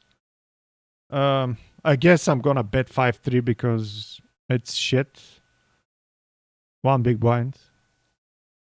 Problem with 5-3 checking back is basically there is no card that you're gonna call a big bet with 5 high. And he can sometimes follow a hand like Jack Deuce or I don't know. What's the C-bet range? 52x or more. I'm gonna go 2 big blinds because I would like to play as deep as possible post flop. So I'm gonna have enough confidence that I'm gonna outplay people post flop. So the bigger SPR, the better for me. Okay, if you go check, turn's gonna be. You should bet big size here. Now that's the problem. If you fold right now, you folded good shot basically. You did raise. Okay, a raise is better, but what are you raising here? like a 6 maybe. Did you do a check 6 on the flop on 6-6-7 with a Why not? flush draw? Why not? I mean, you need to get a lot more money. It's less likely, and people are not gonna believe you. So basically, you're not gonna be able to fold queen if he has a queen ever. Yeah. And That's my point, because what's calling me when I have a 6? Maybe like ace high or something. Jack 10 should never fold if you bet on 6-6-7 heads up. That's the problem with you thinking Yeah, in I all prefer kind of this ranges. one, because when I make one big blind c bet, for example, I have to do another one Yeah, 100% of the time. but it's gonna be cheaper, and your story is gonna be a lot more. It's gonna be a lot more likely for you to have 6 when you bet compared to this line. Yeah, makes sense. Yeah. So I mean, obviously, if you had the plan to raise the turn, it's better than just fold. But yeah, problem is he's betting the turn higher sizing on a card that basically is more likely for you to have. Yeah, And don't forget that this is limp pot. You don't have yeah, ace queen here right now. yeah, So story doesn't connect a lot. And I think you're gonna get away with this type of play on lower levels more likely than higher levels. So that's a good thing. But I mean, yeah. And another upside right now is your image was tight so far. So yeah, and I'm using it right, I think now. hopefully. Nice. Yeah, he's more aggro than you, so basically you can use it like that. But yeah, King Jack off. I don't think that's a 3-bet 46 big blinds. I think calling's better. Because you can get 4-bet and it's gonna be hard to call, so I'm gonna Yeah, call. It's not gonna happen that often, the 4-bet, but again, a flop comes ace 8-4 with 2 spades. We have jack of spades. If he c-bets, we never fold here. He bets 1.3 and 4.2. We need to call. We call. Turn is a queen, so we have a good shot. And I guess on heads up play, you need to call again. Because he bets 5, because we basically beat all of his bluffs. And yeah, if he's playing close to 100% on the pre-flop, and basically people don't know that they need to have checking range on every flop heads up, and I think I'm not aware in heads up spots also enough. Yeah. They're gonna overbluff here, so we don't fold turn. Oh, Yeah. I did fold. Yeah.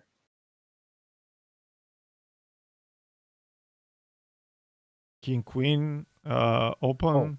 I raised something. You need to raise a lot more than you think. Ace 3, he open. So right now for 50, I'm not gonna use ace 3 off as a 3-bet bluff because I'm gonna expect to play a lot more post flop. So it's gonna be more linear type of range. So just call. You did call. Flop comes queen 9-6, and if he bets, I think we need to. Oh, he bets even a bigger sizing than the previous hand. So we just fold. Okay. But if you had like ace 7, you don't fold there. Okay. We limp ace 7 off, he makes it 3.5. That's too strong to raise as a bluff. We call. Flop comes queen 10-4. And yeah, these are the spots that if you're more prone to fold post flop, you raise pre-flop. Just Yeah. this But guy is against this c-betting. size, I think I can fold. I mean, he bets 4.8 almost in 7.2, so it's fucked up. Yeah. With backdoor, maybe I would call once. Maybe. Oh yeah, for sure. Backdoor flush is mandatory right now. But yeah, it seems like seems like at this point he's outplaying you because you're gonna like bend more to aggression than him. But let's see. Let's see if we check raise here. Ace 5-4. We have ace 6 with 8 of backdoor flush. So we need to check raise almost every time. Nice. He calls, turns the deuce. That's basically one of the best. I mean, not that he doesn't have a 3, but he needs to bet call with king 4, with king queen, with queen 10 sometimes. Hopefully, he did bet a range on the flop. That's our... Because if he bets range on the flop, he's gonna have a 4, he's gonna have a 5, and he can fold them. So on the 3, when one card straight, I'm gonna bet small right now. Yeah, like it. Chris bets 4 in 16, which is fun. And hopefully he folds, and if he doesn't fold, then he raises the turn. Okay, not fun. Yeah. Yeah, I like the play. I mean, that's the best play. And if he just calls, if there is a spade on the river, we can go even like, I don't know, 150% or something. Yeah, I would jam it just on the river. Jam it's too much, I think, but No, I have a 45. Yeah, maybe yeah. a pot or something. Pot plus, yeah. Pot plus. 3-9, we limp. No. Oh, No. You basically with 40 big blinds, you don't fold anything here. okay. I mean, I know it looks like he's running over you. He looks aggro, but believe me, he's not aggro enough. There is hardly any player who is aggro enough. Heads up. Jack 6, he raises, we defend. Flop comes ace king 3, he bets small, and we fold. But look at the sizings. He bet 1.3, Yeah. but yeah, so I mean, against this size, I will try to bluff a bit more. Okay, that makes sense. Mm. Yeah. If we don't have any other information, that's gonna be our first sign. Okay, let's go. 4-7. You did limp, which is fine. He makes it 3.5, and we fold. Next. King Jack suited. What is our stack? 40? I will go for a 3-bet. I don't think he's gonna jam if you make it 7 here. Okay, that's the thing. If you don't think he can jam, you 3-bet this hand for value. Because you're gonna call 4-bet also. Okay. That makes sense. If you think that he can jam, it's gonna be a mix at best. Because if he's open, he basically opened every hand so far, right? Not every hand. He had Which a which limping one range he of, did? Which one like, he did limp? I don't remember him limping, but maybe it's like one of Oh. 7. yeah. And I guess I think he opened every hand. Yeah. So in that case, against 100% range, you're not 3-betting King Jack is a kind of a crime. Yeah. He even raised you 3 times when you did limp. And that's because you started with a raise, by the way. Yeah.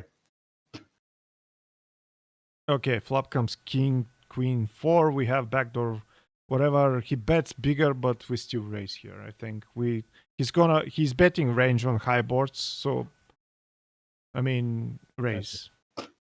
100% raise. Turns is an ace.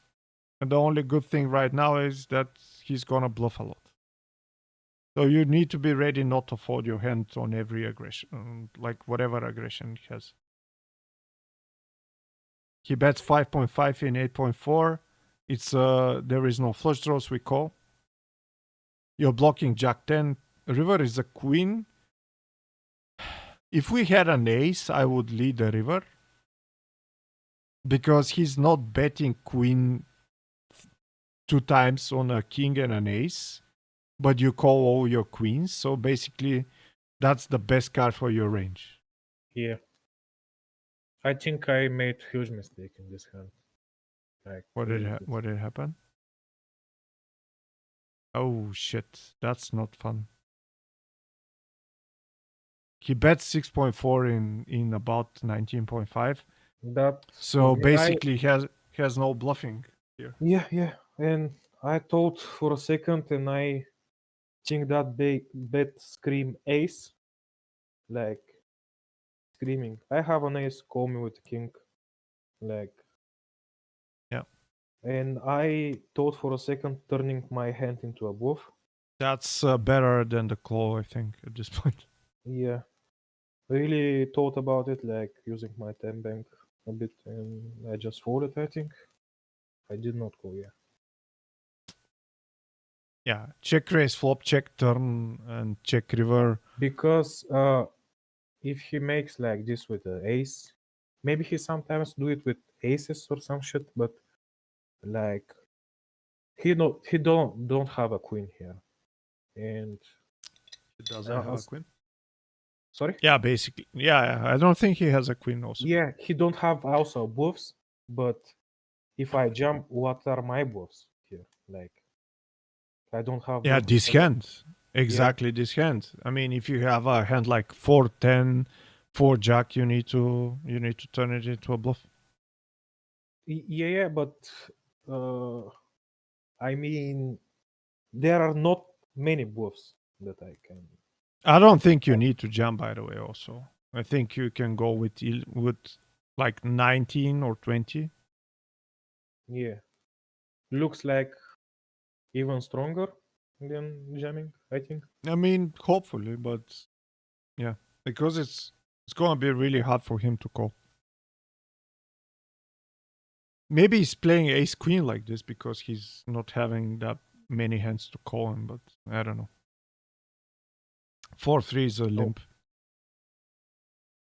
Yeah, nice. He raises. Okay, he is aggro enough. Yeah. That's the information so far. So we're gonna trap him a lot pre-flop, I guess. Limp re-raising still is gonna be no win. If he makes it 3.5, you make it 8. Okay. So I did fold here. So we're down to 25 big blind. 8-6 defend. And we fold on a king jack 5 next hand. Ace 8.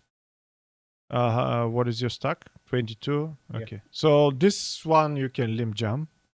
Yeah, I think about this, but he checked back here. Okay. Flop is 6 deuce deuce. I mean, he has a bit more deuces than you because you need to fold 7 deuce with 20 or 8 deuce off, but it's whatever. So we check back.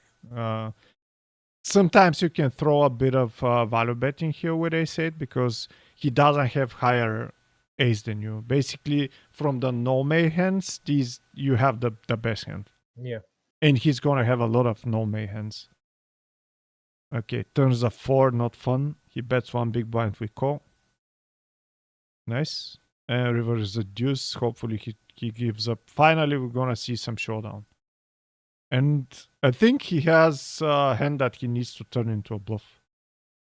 So, yeah, and this was also the guy who didn't bluff the ace deuce that you think it was a good bluff, like four-handed, if you remember. Yeah, I remember it.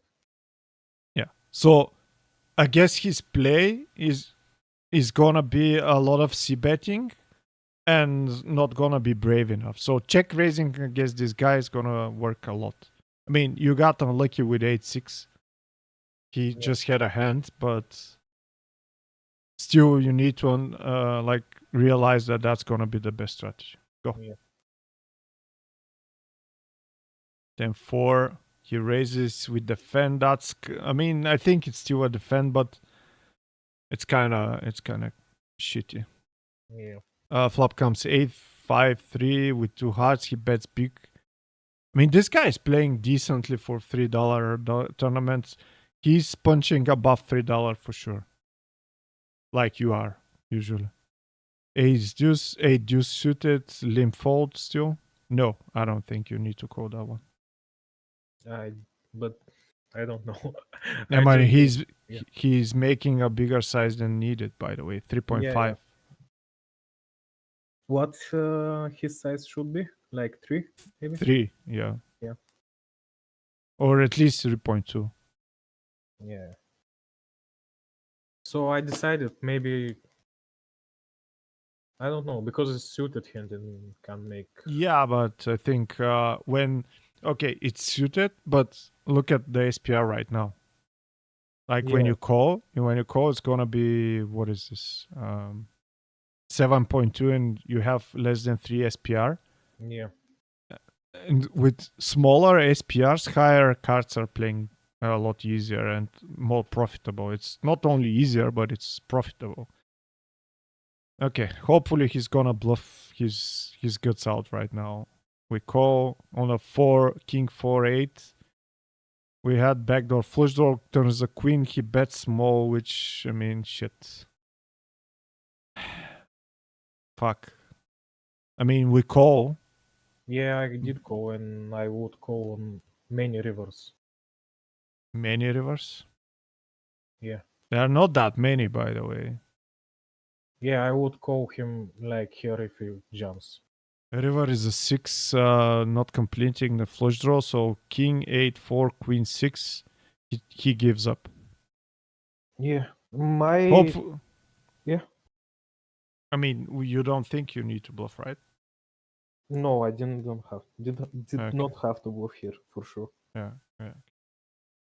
Like in that spot, I think he had too many bluffs. I mean, maybe I saw him he's aggro enough to raise almost everything, like Jack 10, like 5-6, like those type of hands. So I don't think you saw any. We saw only one showdown, so we don't know. I mean, he always like almost always isolate. ISO. Yeah, Yeah, it was high percentage, but yeah. let's see. Yeah, okay.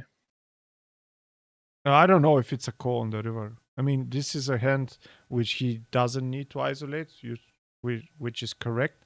But again, we are confirmed he needs to triple barrel this hand 100%, and he didn't. I would call for sure here. Okay, but I'm not sure I would call against him, and I think exactly against this player you should not call. In my he's case, not- I just prepare my mouse to snap call him. But it's gonna be a mistake. Yeah. Because Maybe, it's not, but that he doesn't have worse hand than this one. 10-7, 9-7 maybe, but he's not turning 10-9 into a bluff on a king, queen, something. But he Okay, did. if he showed ace-10, fine, but he's showing 10 high, which is not bluffing. He didn't bluff when the board got, what was the other hand, with the board three paired, or there were three same cards. So against this guy, exploit would be try to exploit him pre-flop with limp shove, limp re-raises, polar, and if he hit 3 barrels, don't call. Okay. But yeah, I was thinking, as I said, I will prepare my mouse to snap call. But you would have been wrong. And after this hand, if you want to get him on the next one, that's gonna be the hugest mistake, because he 3 times already showed you that he's not ready to put the final barrel. Yeah, that makes sense. Yeah, and yeah, this should be also a note. If you want to be 100% nerdy, you'll make it as a note, and you're gonna use it next time when you see him, even in non heads up situations. Yeah. It's gonna underbluff. He c-bets a lot. He's aggro pre-flop, but he's not ready to play the big balls poker yet, which is totally normal for $3 tournament. Yeah.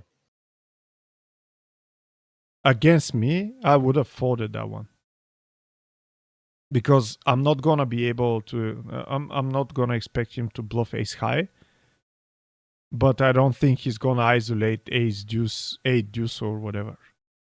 Yeah. Okay, jack 8. He raises, we call. Flop comes jack 10-8. We have 2 pair, but we don't have flush draw. That's gonna be a raise heads up 100%. He goes 1.3 and we raise to 4.5. I mean, you could raise a bit more, but it's okay. Yeah, it's okay. And he folds. That also makes my assumption proven, because he's basically clicking c-bet on the flop. Yeah. And that was with the smaller size also. Yeah. 10-3, that's a limp. You decided to raise, which I like, by the way, because you haven't raised, so bluffing right now makes a bit more sense.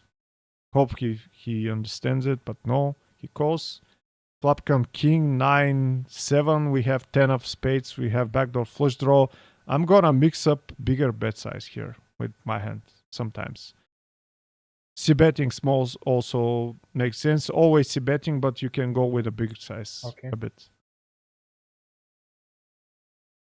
He calls. Turn is queen. We have both suits, so basically that's gonna be 3 barrel. And also whatever suit of these comes on the river, I'm gonna 3 barrel. So turn could be higher sizing, like 5 in 7, 4.5 in 7, and river we're gonna prepare a big one. 6.5 also makes sense. Like it. He's got a hand again. He raises turn. Yeah. Okay. Interesting.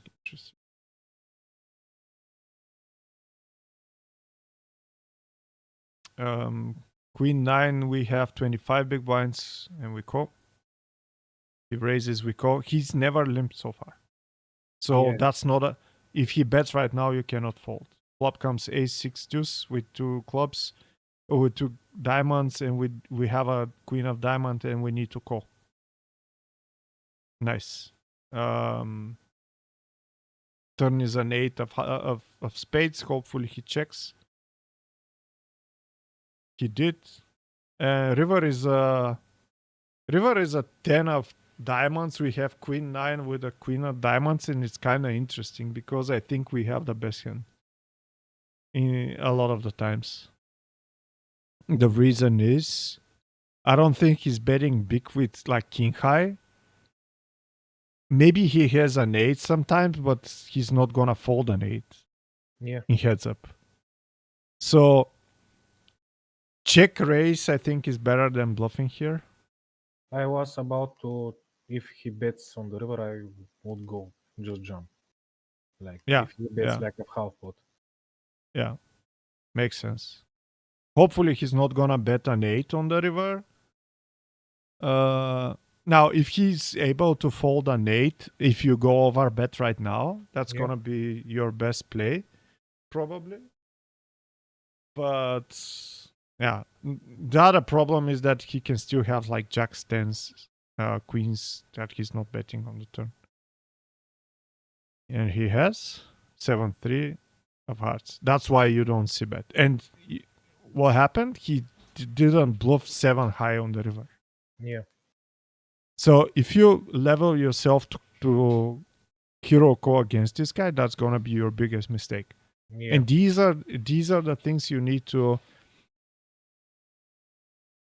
discover during the heads up play. So characteristic of this guy, never bluffs river, c-bets always flops, and he's not giving up when you bet, by the way. And Yeah. he's isolating a lot. Так, What? така като я гледахме, вика, че кол ще игра. Как ме чек джам съм казал, бе? Чек джам, те ми казаха, че няма смисъл. Че трябва да бетна на той на ривъра. На ривъра. Окей. Аз. Окей. Yeah, let's go. Всичка ме експозна. Ама не, така беше. Ма не правим запис, трябва да правим запис. Да. Тук, чакай. King I think 9. I just King 9 again. limp. Yeah. Limp call. Yeah. He raises again. Flop comes 4-3-3 with 2 clubs. I don't know. I mean, I'm gonna run the mice and call here with King 9 with no backdoors just because we saw him already raise with 10-9 off. And for this price 15%, we need to call. Nice. Turns a 7, he's gonna bluff, by the way. Yeah. And yeah, we're with kind of tight hands, but with 15% pot odds, you have pot odds to see your pair on the turn. So I'm okay with that play. Ace queen off. That's gonna be 3-bet call for Valo. Yeah, he opens 2. We make it 7 with 24, and we're ready to stack off. By the way, I think 7 is too much. 6.5. 6 or 6.5 maybe, yeah. He jumps, we call, and we win. He had ace queens also. That's kind of annoying. But yeah, when he jumps, he's gonna have a hand. Ace deuce is gonna be a limp. Or a fault, it's fine. I mean, it's fine to fault. When he's isolating every hand, maybe you can mix up some kind of strategies. But then if he isolating every hand, you need to limp every hand. Yeah. And like limp raise a lot. Okay. Go to the next one. 8-4 off. You're card dead. In your defense, you're card dead. Thank you. 8-4. It's gonna be flop comes 6-3 deuce with no flush draw, so I think we're raising here. He bets again. We raise to 4. That's not enough, I think. He's sticky, so I don't know. I mean, let's see. Hopefully he's gonna fold, but he calls again. Turns a 3. That's gonna be a check. Okay. In my opinion, I don't know. Maybe you're correct with bet because you have ace high, but 3 is one of the worst cards for you because less combos for value, like 6-3, deuce 3, and whatever. Yeah. I mean, you're gonna still have some 6s, so okay, 8 high with 4, it's okay. But if you had like open ender, if you had like, what is an open ender? 4-5, you need to check. Yeah. Okay, so we bet small. Hopefully he folds ace high, but final. Okay, let's go. 10-9 limp. He raises 3.5. We call. Nice. Flop comes ace, king 4 with a spade, with 2 spades. We have 10 of spades. That's kind of borderline, but Yeah, 5 4 is no, straight 4-5 here. is a Yeah, straight. yeah. Okay. That's kind of fucked up, but he bets bigger, so I think still folding. Yeah, I'm folding. I think I fold. Yeah. Like we figure out that he bets big when he have something when we review that tournament. So far, Yeah. we don't know, but we got him when he had small bets. Yeah. So assumption is gonna be like this, and also ace king is like it's gonna be hard to continue against. 9-4 first limp, by the way, in a long time. Yeah. Check, check. Champagne, hello. Do I have to bluff here, right? No, No. you need to bluff with equity. Yeah. And when he checks flops, he most likely has something. Yeah. All of his bluff so far was betting flop, so Yeah, makes sense. I guess you need a lot of equity. Like low flush draw is gonna be your best bets, like 4-5 of whatever. Oh yeah. Okay. King 9 limp. He checks. We bet for val. I did check, by the way. No, never. I mean, he's not checking an ace almost ever. Yeah. And if he has some aces, they're gonna be a lot less than his worst hands, and you basically have top kicker for a 9. So even big bet makes kind of sense. Yeah. For sure, a bet on the flop. Yeah. That. Yeah. So. Turn is a jack of diamonds, makes a flush. He bets one big blind. We call. Ace 9. I did jack, a gangster move 5. here. No, I don't like raising here.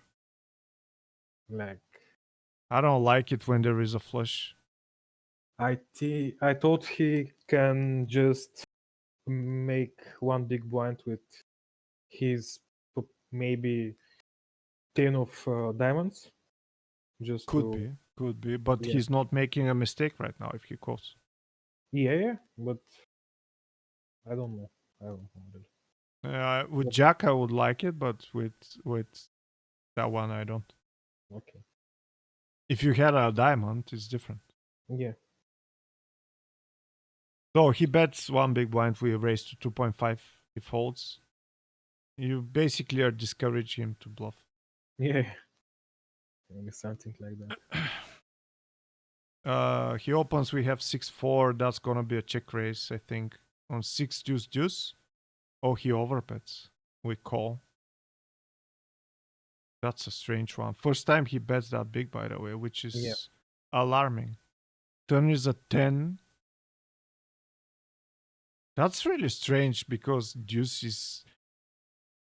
I don't know if you have more deuces because I don't know. Turn is a 10. Check, and the river is a jack. I'm gonna bet half pot here. We have higher kicker for our 6 already. I mean, he maybe can check back a6, but I doubt it. If he had something like this, he most likely, because if you remember when you limp raise with aces, he used the big size when he ISO, and it was a bluff. And I guess it's gonna be a hand like the other way is to check and call everything on the river, because he can maybe have 7-3 and tries just to buy the pot with a big size. Yeah. Now that size, I don't think I like. So Alex bets 10% on the river. It's not Alex. Alex, Chris, sorry. It's fine. Sorry. No problem. I'm reading Ares, so Yeah. made it Alex. So he calls just with. called. Yeah. Ta-da. Yeah. I would lose more here, but I don't think your bet's gonna achieve anything. And again, he's mixing up big sizes as a bluff also. So after this hand, we're gonna start check raising also his big sizes more often. even more power. Okay, Like, let's go. I have thought about this hand because if but he didn't make a big bet with ace on the flop, right? Exactly. Yeah. That So makes sense. you're Yeah. not getting called by ace high right now. Yeah. So either you go bigger for value, which I don't like. So checking makes more sense because he's gonna, if he has like jack 4, he's gonna have queen 4, or he's gonna have 9-4, and he's gonna bluff them. So that's gonna be Yeah. the most profitable Yeah. play. Check call. So we limp 8-9 off with 20, with 16. Yeah. And he jumps. Makes sense. King queen. If he jumps, we call. So yeah, we jump king queen off. I think it's fine because if he opens in the entirety of his range still, which he shouldn't do, he needs to call with like king 9 suited or king 10 suited. So it's fine. He's gonna fold. Yeah. King 9 is gonna be a limp. He makes it 3. We call. And we have king of diamonds on a queen 10-8 with 2 diamonds. So We gut have shot with backdoor. backdoor flush. And we're gonna bluff catch, I guess, on the flop. He bets 2.2 in 6. Turn is a king, and hopefully he's gonna bluff his guts out. When he bets 7 and we have 11, I'm just jamming. Yeah. I didn't do that. Okay. And he has king 7 suited, which is not a ISO preflop. Yeah. Again, in your defense, you didn't have any limp jump hands so far. But against this player, we need to limp jump a lot. Yeah, makes sense. Okay. Queen 8. He opens, we call, we have 31 big blinds, and flop comes ace 3 rainbow. Backdoor flush we have. We check call once. I'm not folding queen here. He checked finally checked back. on that board. We, I guess, makes it look like king x or queen x.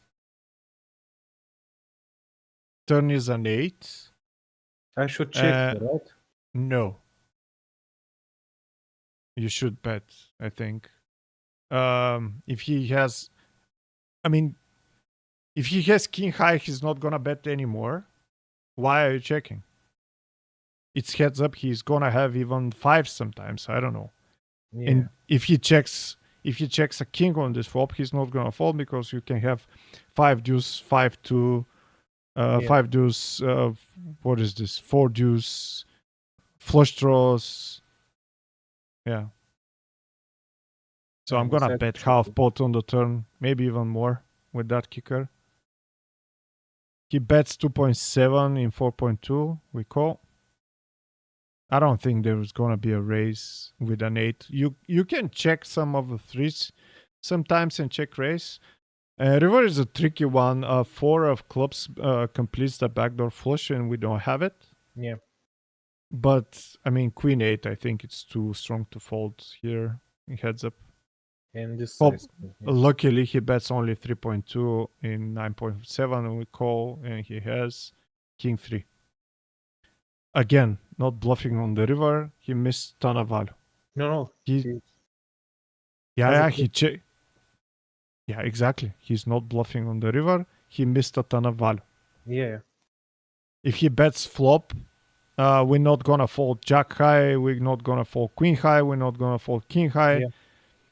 And we can have worse 3, and he's winning the tournament. But yeah, the guy has the not exactly correct approach.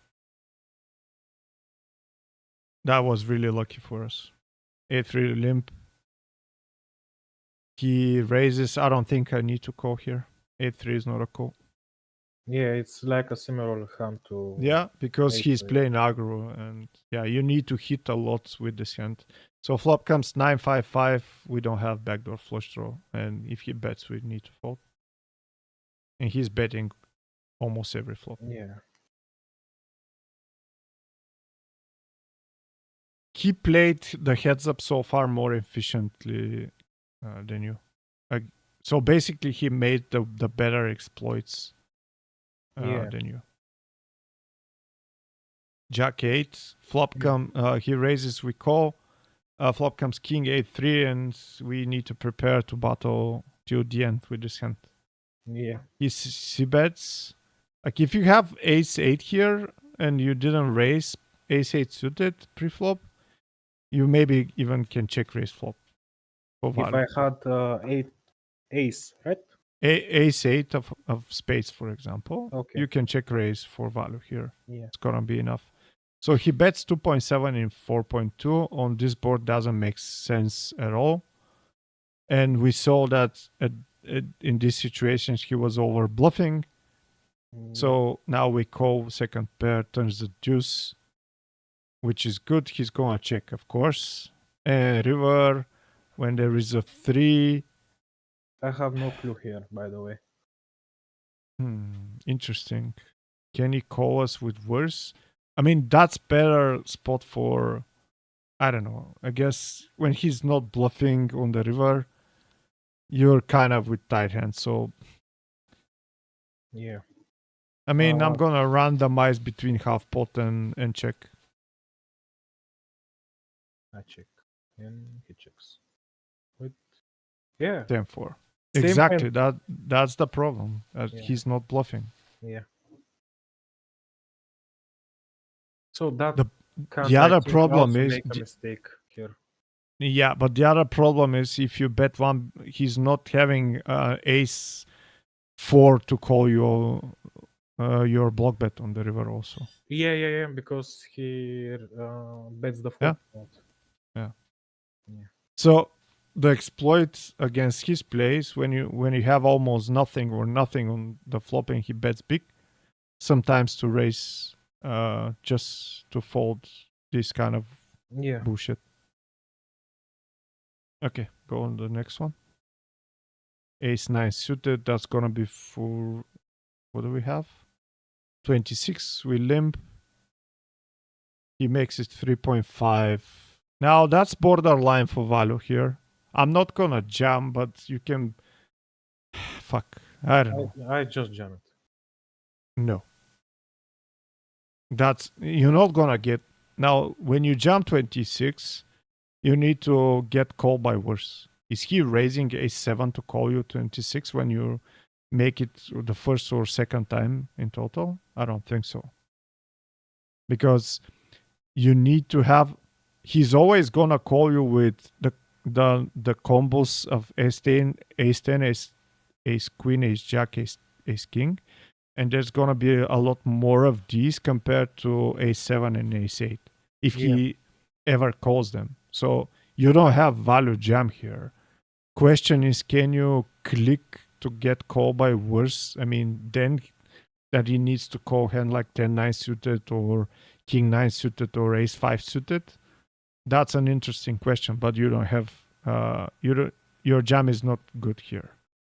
Yeah. And if with his style of play, having this kind of a strong hand post flop, when the ace comes, he's gonna over bluff, I think. Yeah. So I don't like the play. He did call, yeah. What do you have? King queen. Okay.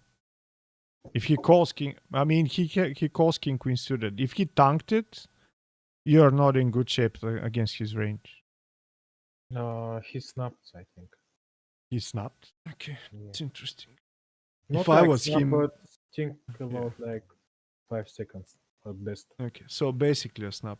If I was him, I would have not called it, I guess, because it's like second time. Okay, you can have some deuces or fives maybe, but you're not gonna limp jam like queen tens or I don't know, king 5 suited or whatever. Yeah, I would do that with also like deuces and fives and shit. So yeah, but they have better equity than ace 9. Yeah.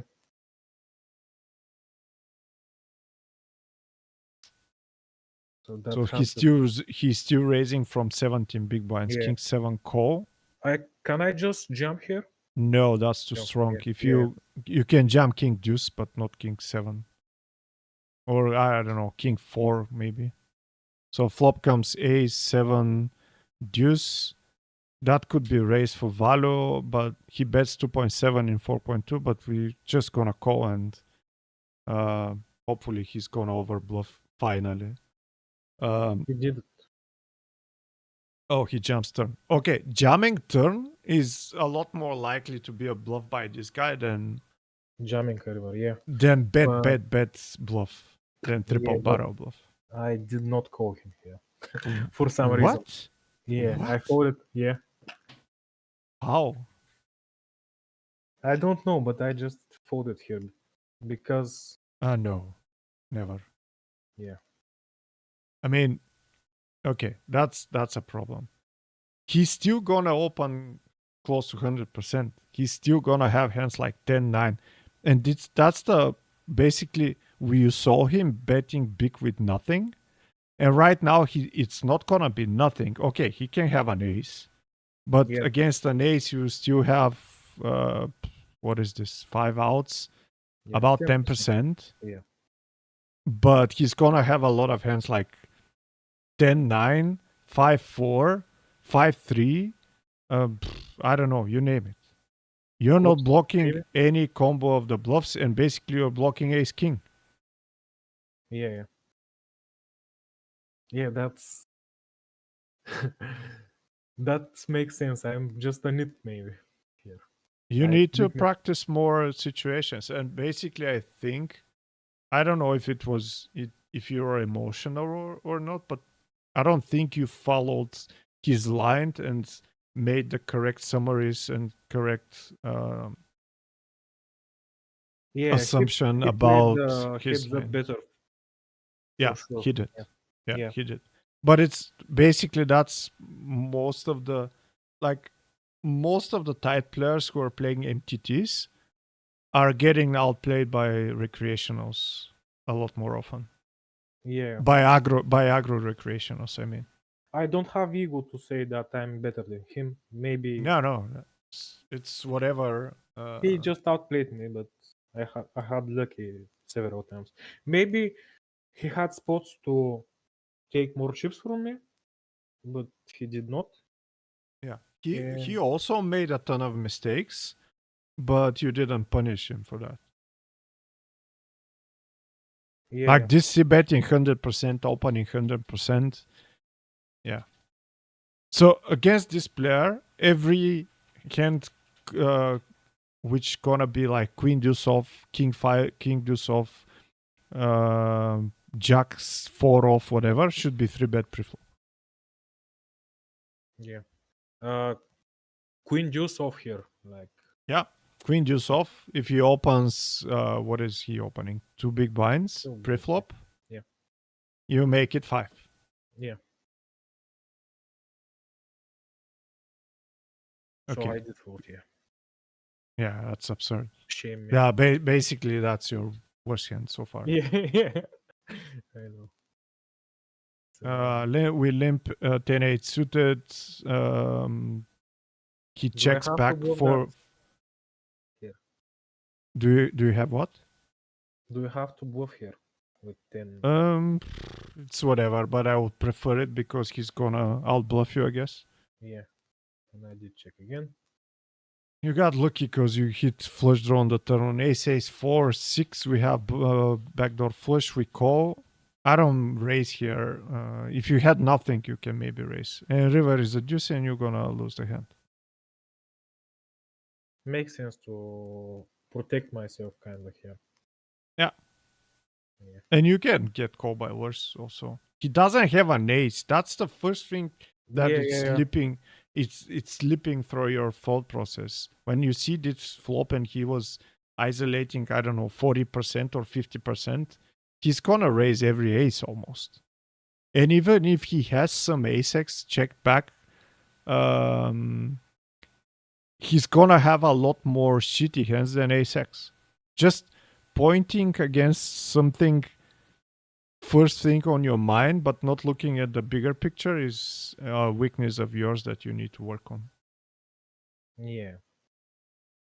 Like if I had a king, I had to check it always. No, this could be a bet for Val. Yeah, yeah. It's not always. Okay. So But yeah, like Jack or Queen makes more sense to check. yeah. But if you have a 4, you always bet it. If you have an ace, you always bet it. 4-7 off, I don't know if it's a defend, but could be, I don't know. Against this player, it's whatever. Yeah. Problem is that you are over folding, and if you're over folding, you'd better fold pre-flop. Yeah. So you're getting the all wins, and he's getting all the small pots, which if I want to feel that I'm outplaying the guy, it should be the other way around. Yeah. That's for sure.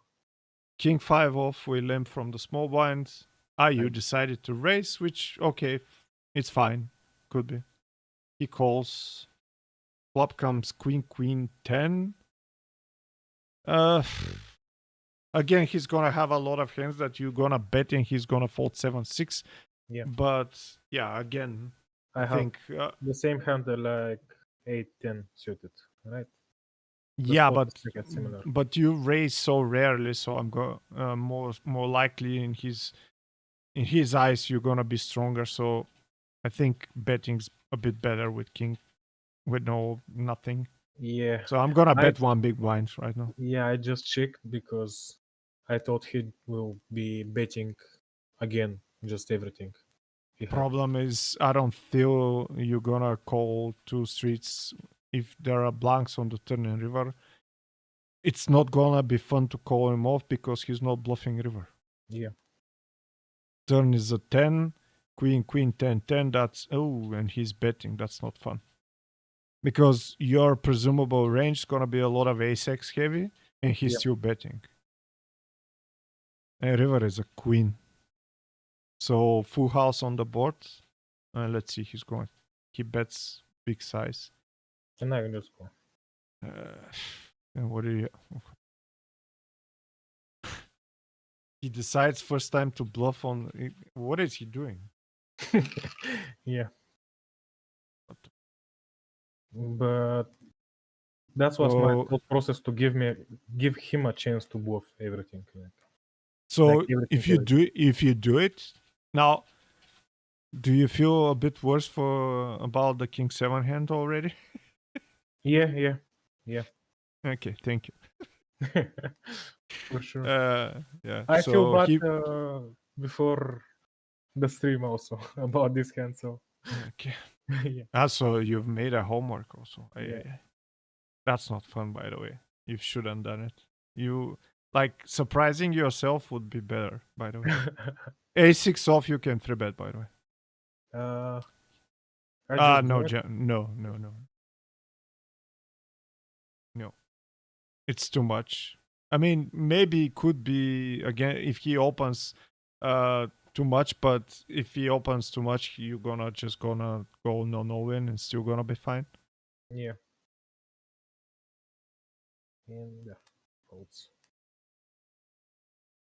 Maybe I just get tired of him raising every hand. Yeah, but make it with, I don't know, 10-9 suited. It's gonna be better than A6 maybe. Yeah. And I don't think with 25 we need to have jamming range, by the way. Yeah, probably. I don't have to. So Maybe deuces, but that's about it. 4-3, no. That's a too pretty hand to open, especially after you jam. He could jam a lot more often right now. So 4-3, I'm gonna limp, and you did raise. He calls, flop comes ace 4-7, and I'm going to bet here. For protection, yeah, you do 1/3, he folds. Finally. I think that's the first c-bet he folds to. Yeah. Okay. 3 deuce, he limps. That's gonna be a gangster raise, by the way, 3 deuce off. Yeah, but I'm because you haven't isolated so far anything, and he's raising most of the hands. Yeah. So I think it's not gonna be in the end of the world. Flop comes 9-8-5. He bets one big blind. We fold. 5-6. We limp. He has 22. He makes it 3. We call. Flop comes straight. 9-7-8 with backdoor flush for us. Hopefully he bets. He check. Yeah, but we don't Okay. check here. We bet 1/3. That's fine. Yeah. He jumps and we win the tournament. Finally. He jumps with King 6 suited. Oof. Yeah. So basically, I almost expect for him to have something similar on that hand with King 7. He check jumps King 6. He isolating King 6 suited, which is not correct. By the way, this hand. No. He didn't isolate. Did he isolate? Yeah, Yeah, he did he isolate. did. Okay. He did. Like Yeah. it. So basically, this 5-6 suited could be good limb jumps sometimes against Yeah. this exact kind of player. Yeah, makes sense. I mean, 8-9, 10-9, this for sure is gonna be better jumps than against him because he's gonna have like King 6 and fold hopefully.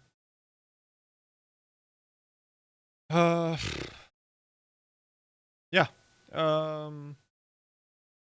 Totally like end comments gonna be try to understand more the tendencies of the players because you have leaks in that. I mean, not realizing situations and when players basically are showing their cards off and their type of lines, you didn't pick enough on them.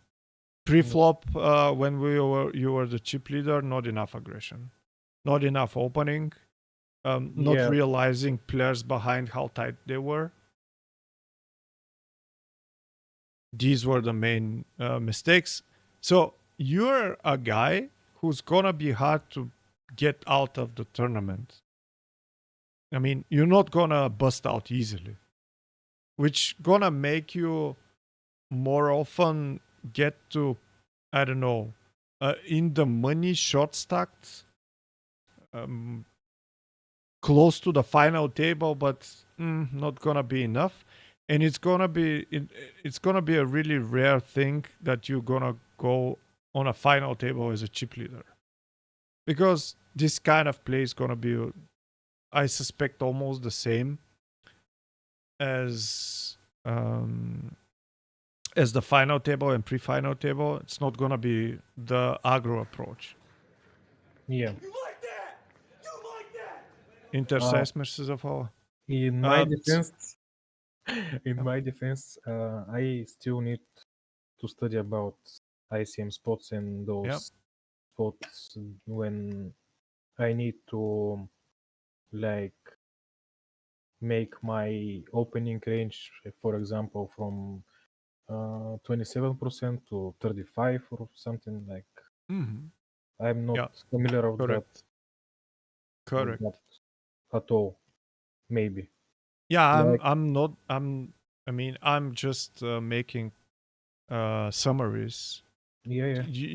I guess you would know how to adjust, but right now, as of this tournament, these were the facts. Yeah. It's not that easy to correct because every situation ICM is unique, but you need to practice final tables by analyzing more, maybe not alone with friends or whatever. You need to ask more questions about tendencies.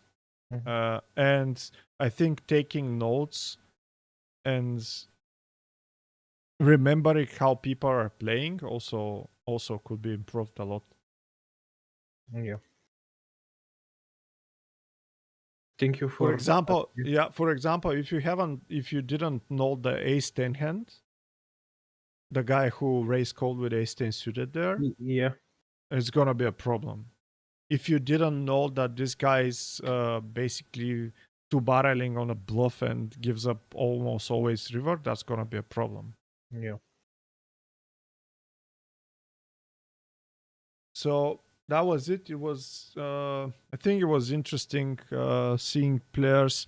I think there are a lot of regulars who are playing like Chris on lower levels on micros, and a lot of recreationals that are playing like the other guys. So again, try to visualize ranges, all of you. Try to use more math approach, and you're gonna improve for sure. Visualizing ranges, by the way, heads up, it's gonna be a huge grind when if you need to improve to a high standard there for you, Chris, because I know it shouldn't be your priority to learn heads up and heads up ranges right now, Yeah. but yeah, it's kind of important because in bounty tournaments there is a lot at stake when you're playing heads up, like double the prizes almost. Yeah. So yeah, at some point you should take a look at this also. Yeah, when I start to play like about a year ago, I didn't have any clue how to play heads up, like any fucking clue.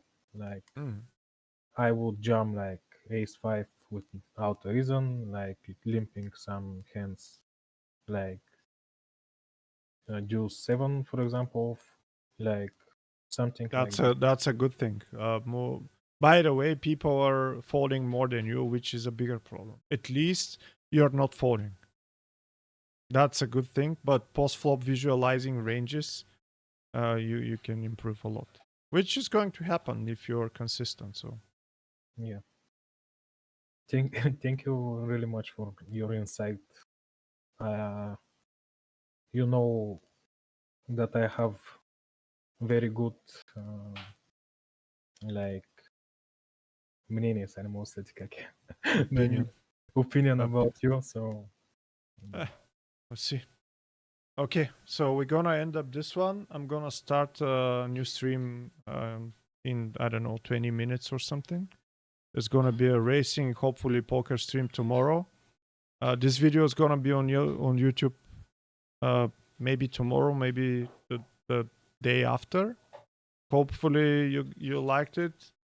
Hopefully it was fun for you. Time for some vroom vroom. Yeah, exactly.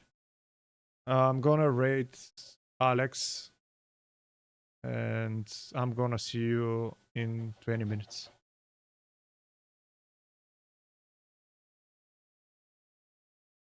What's the nickname of Alex? Forgot it. Whisper. Whisper, yeah.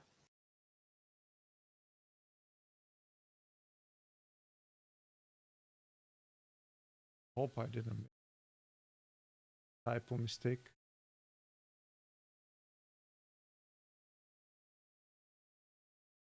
See you on the next one.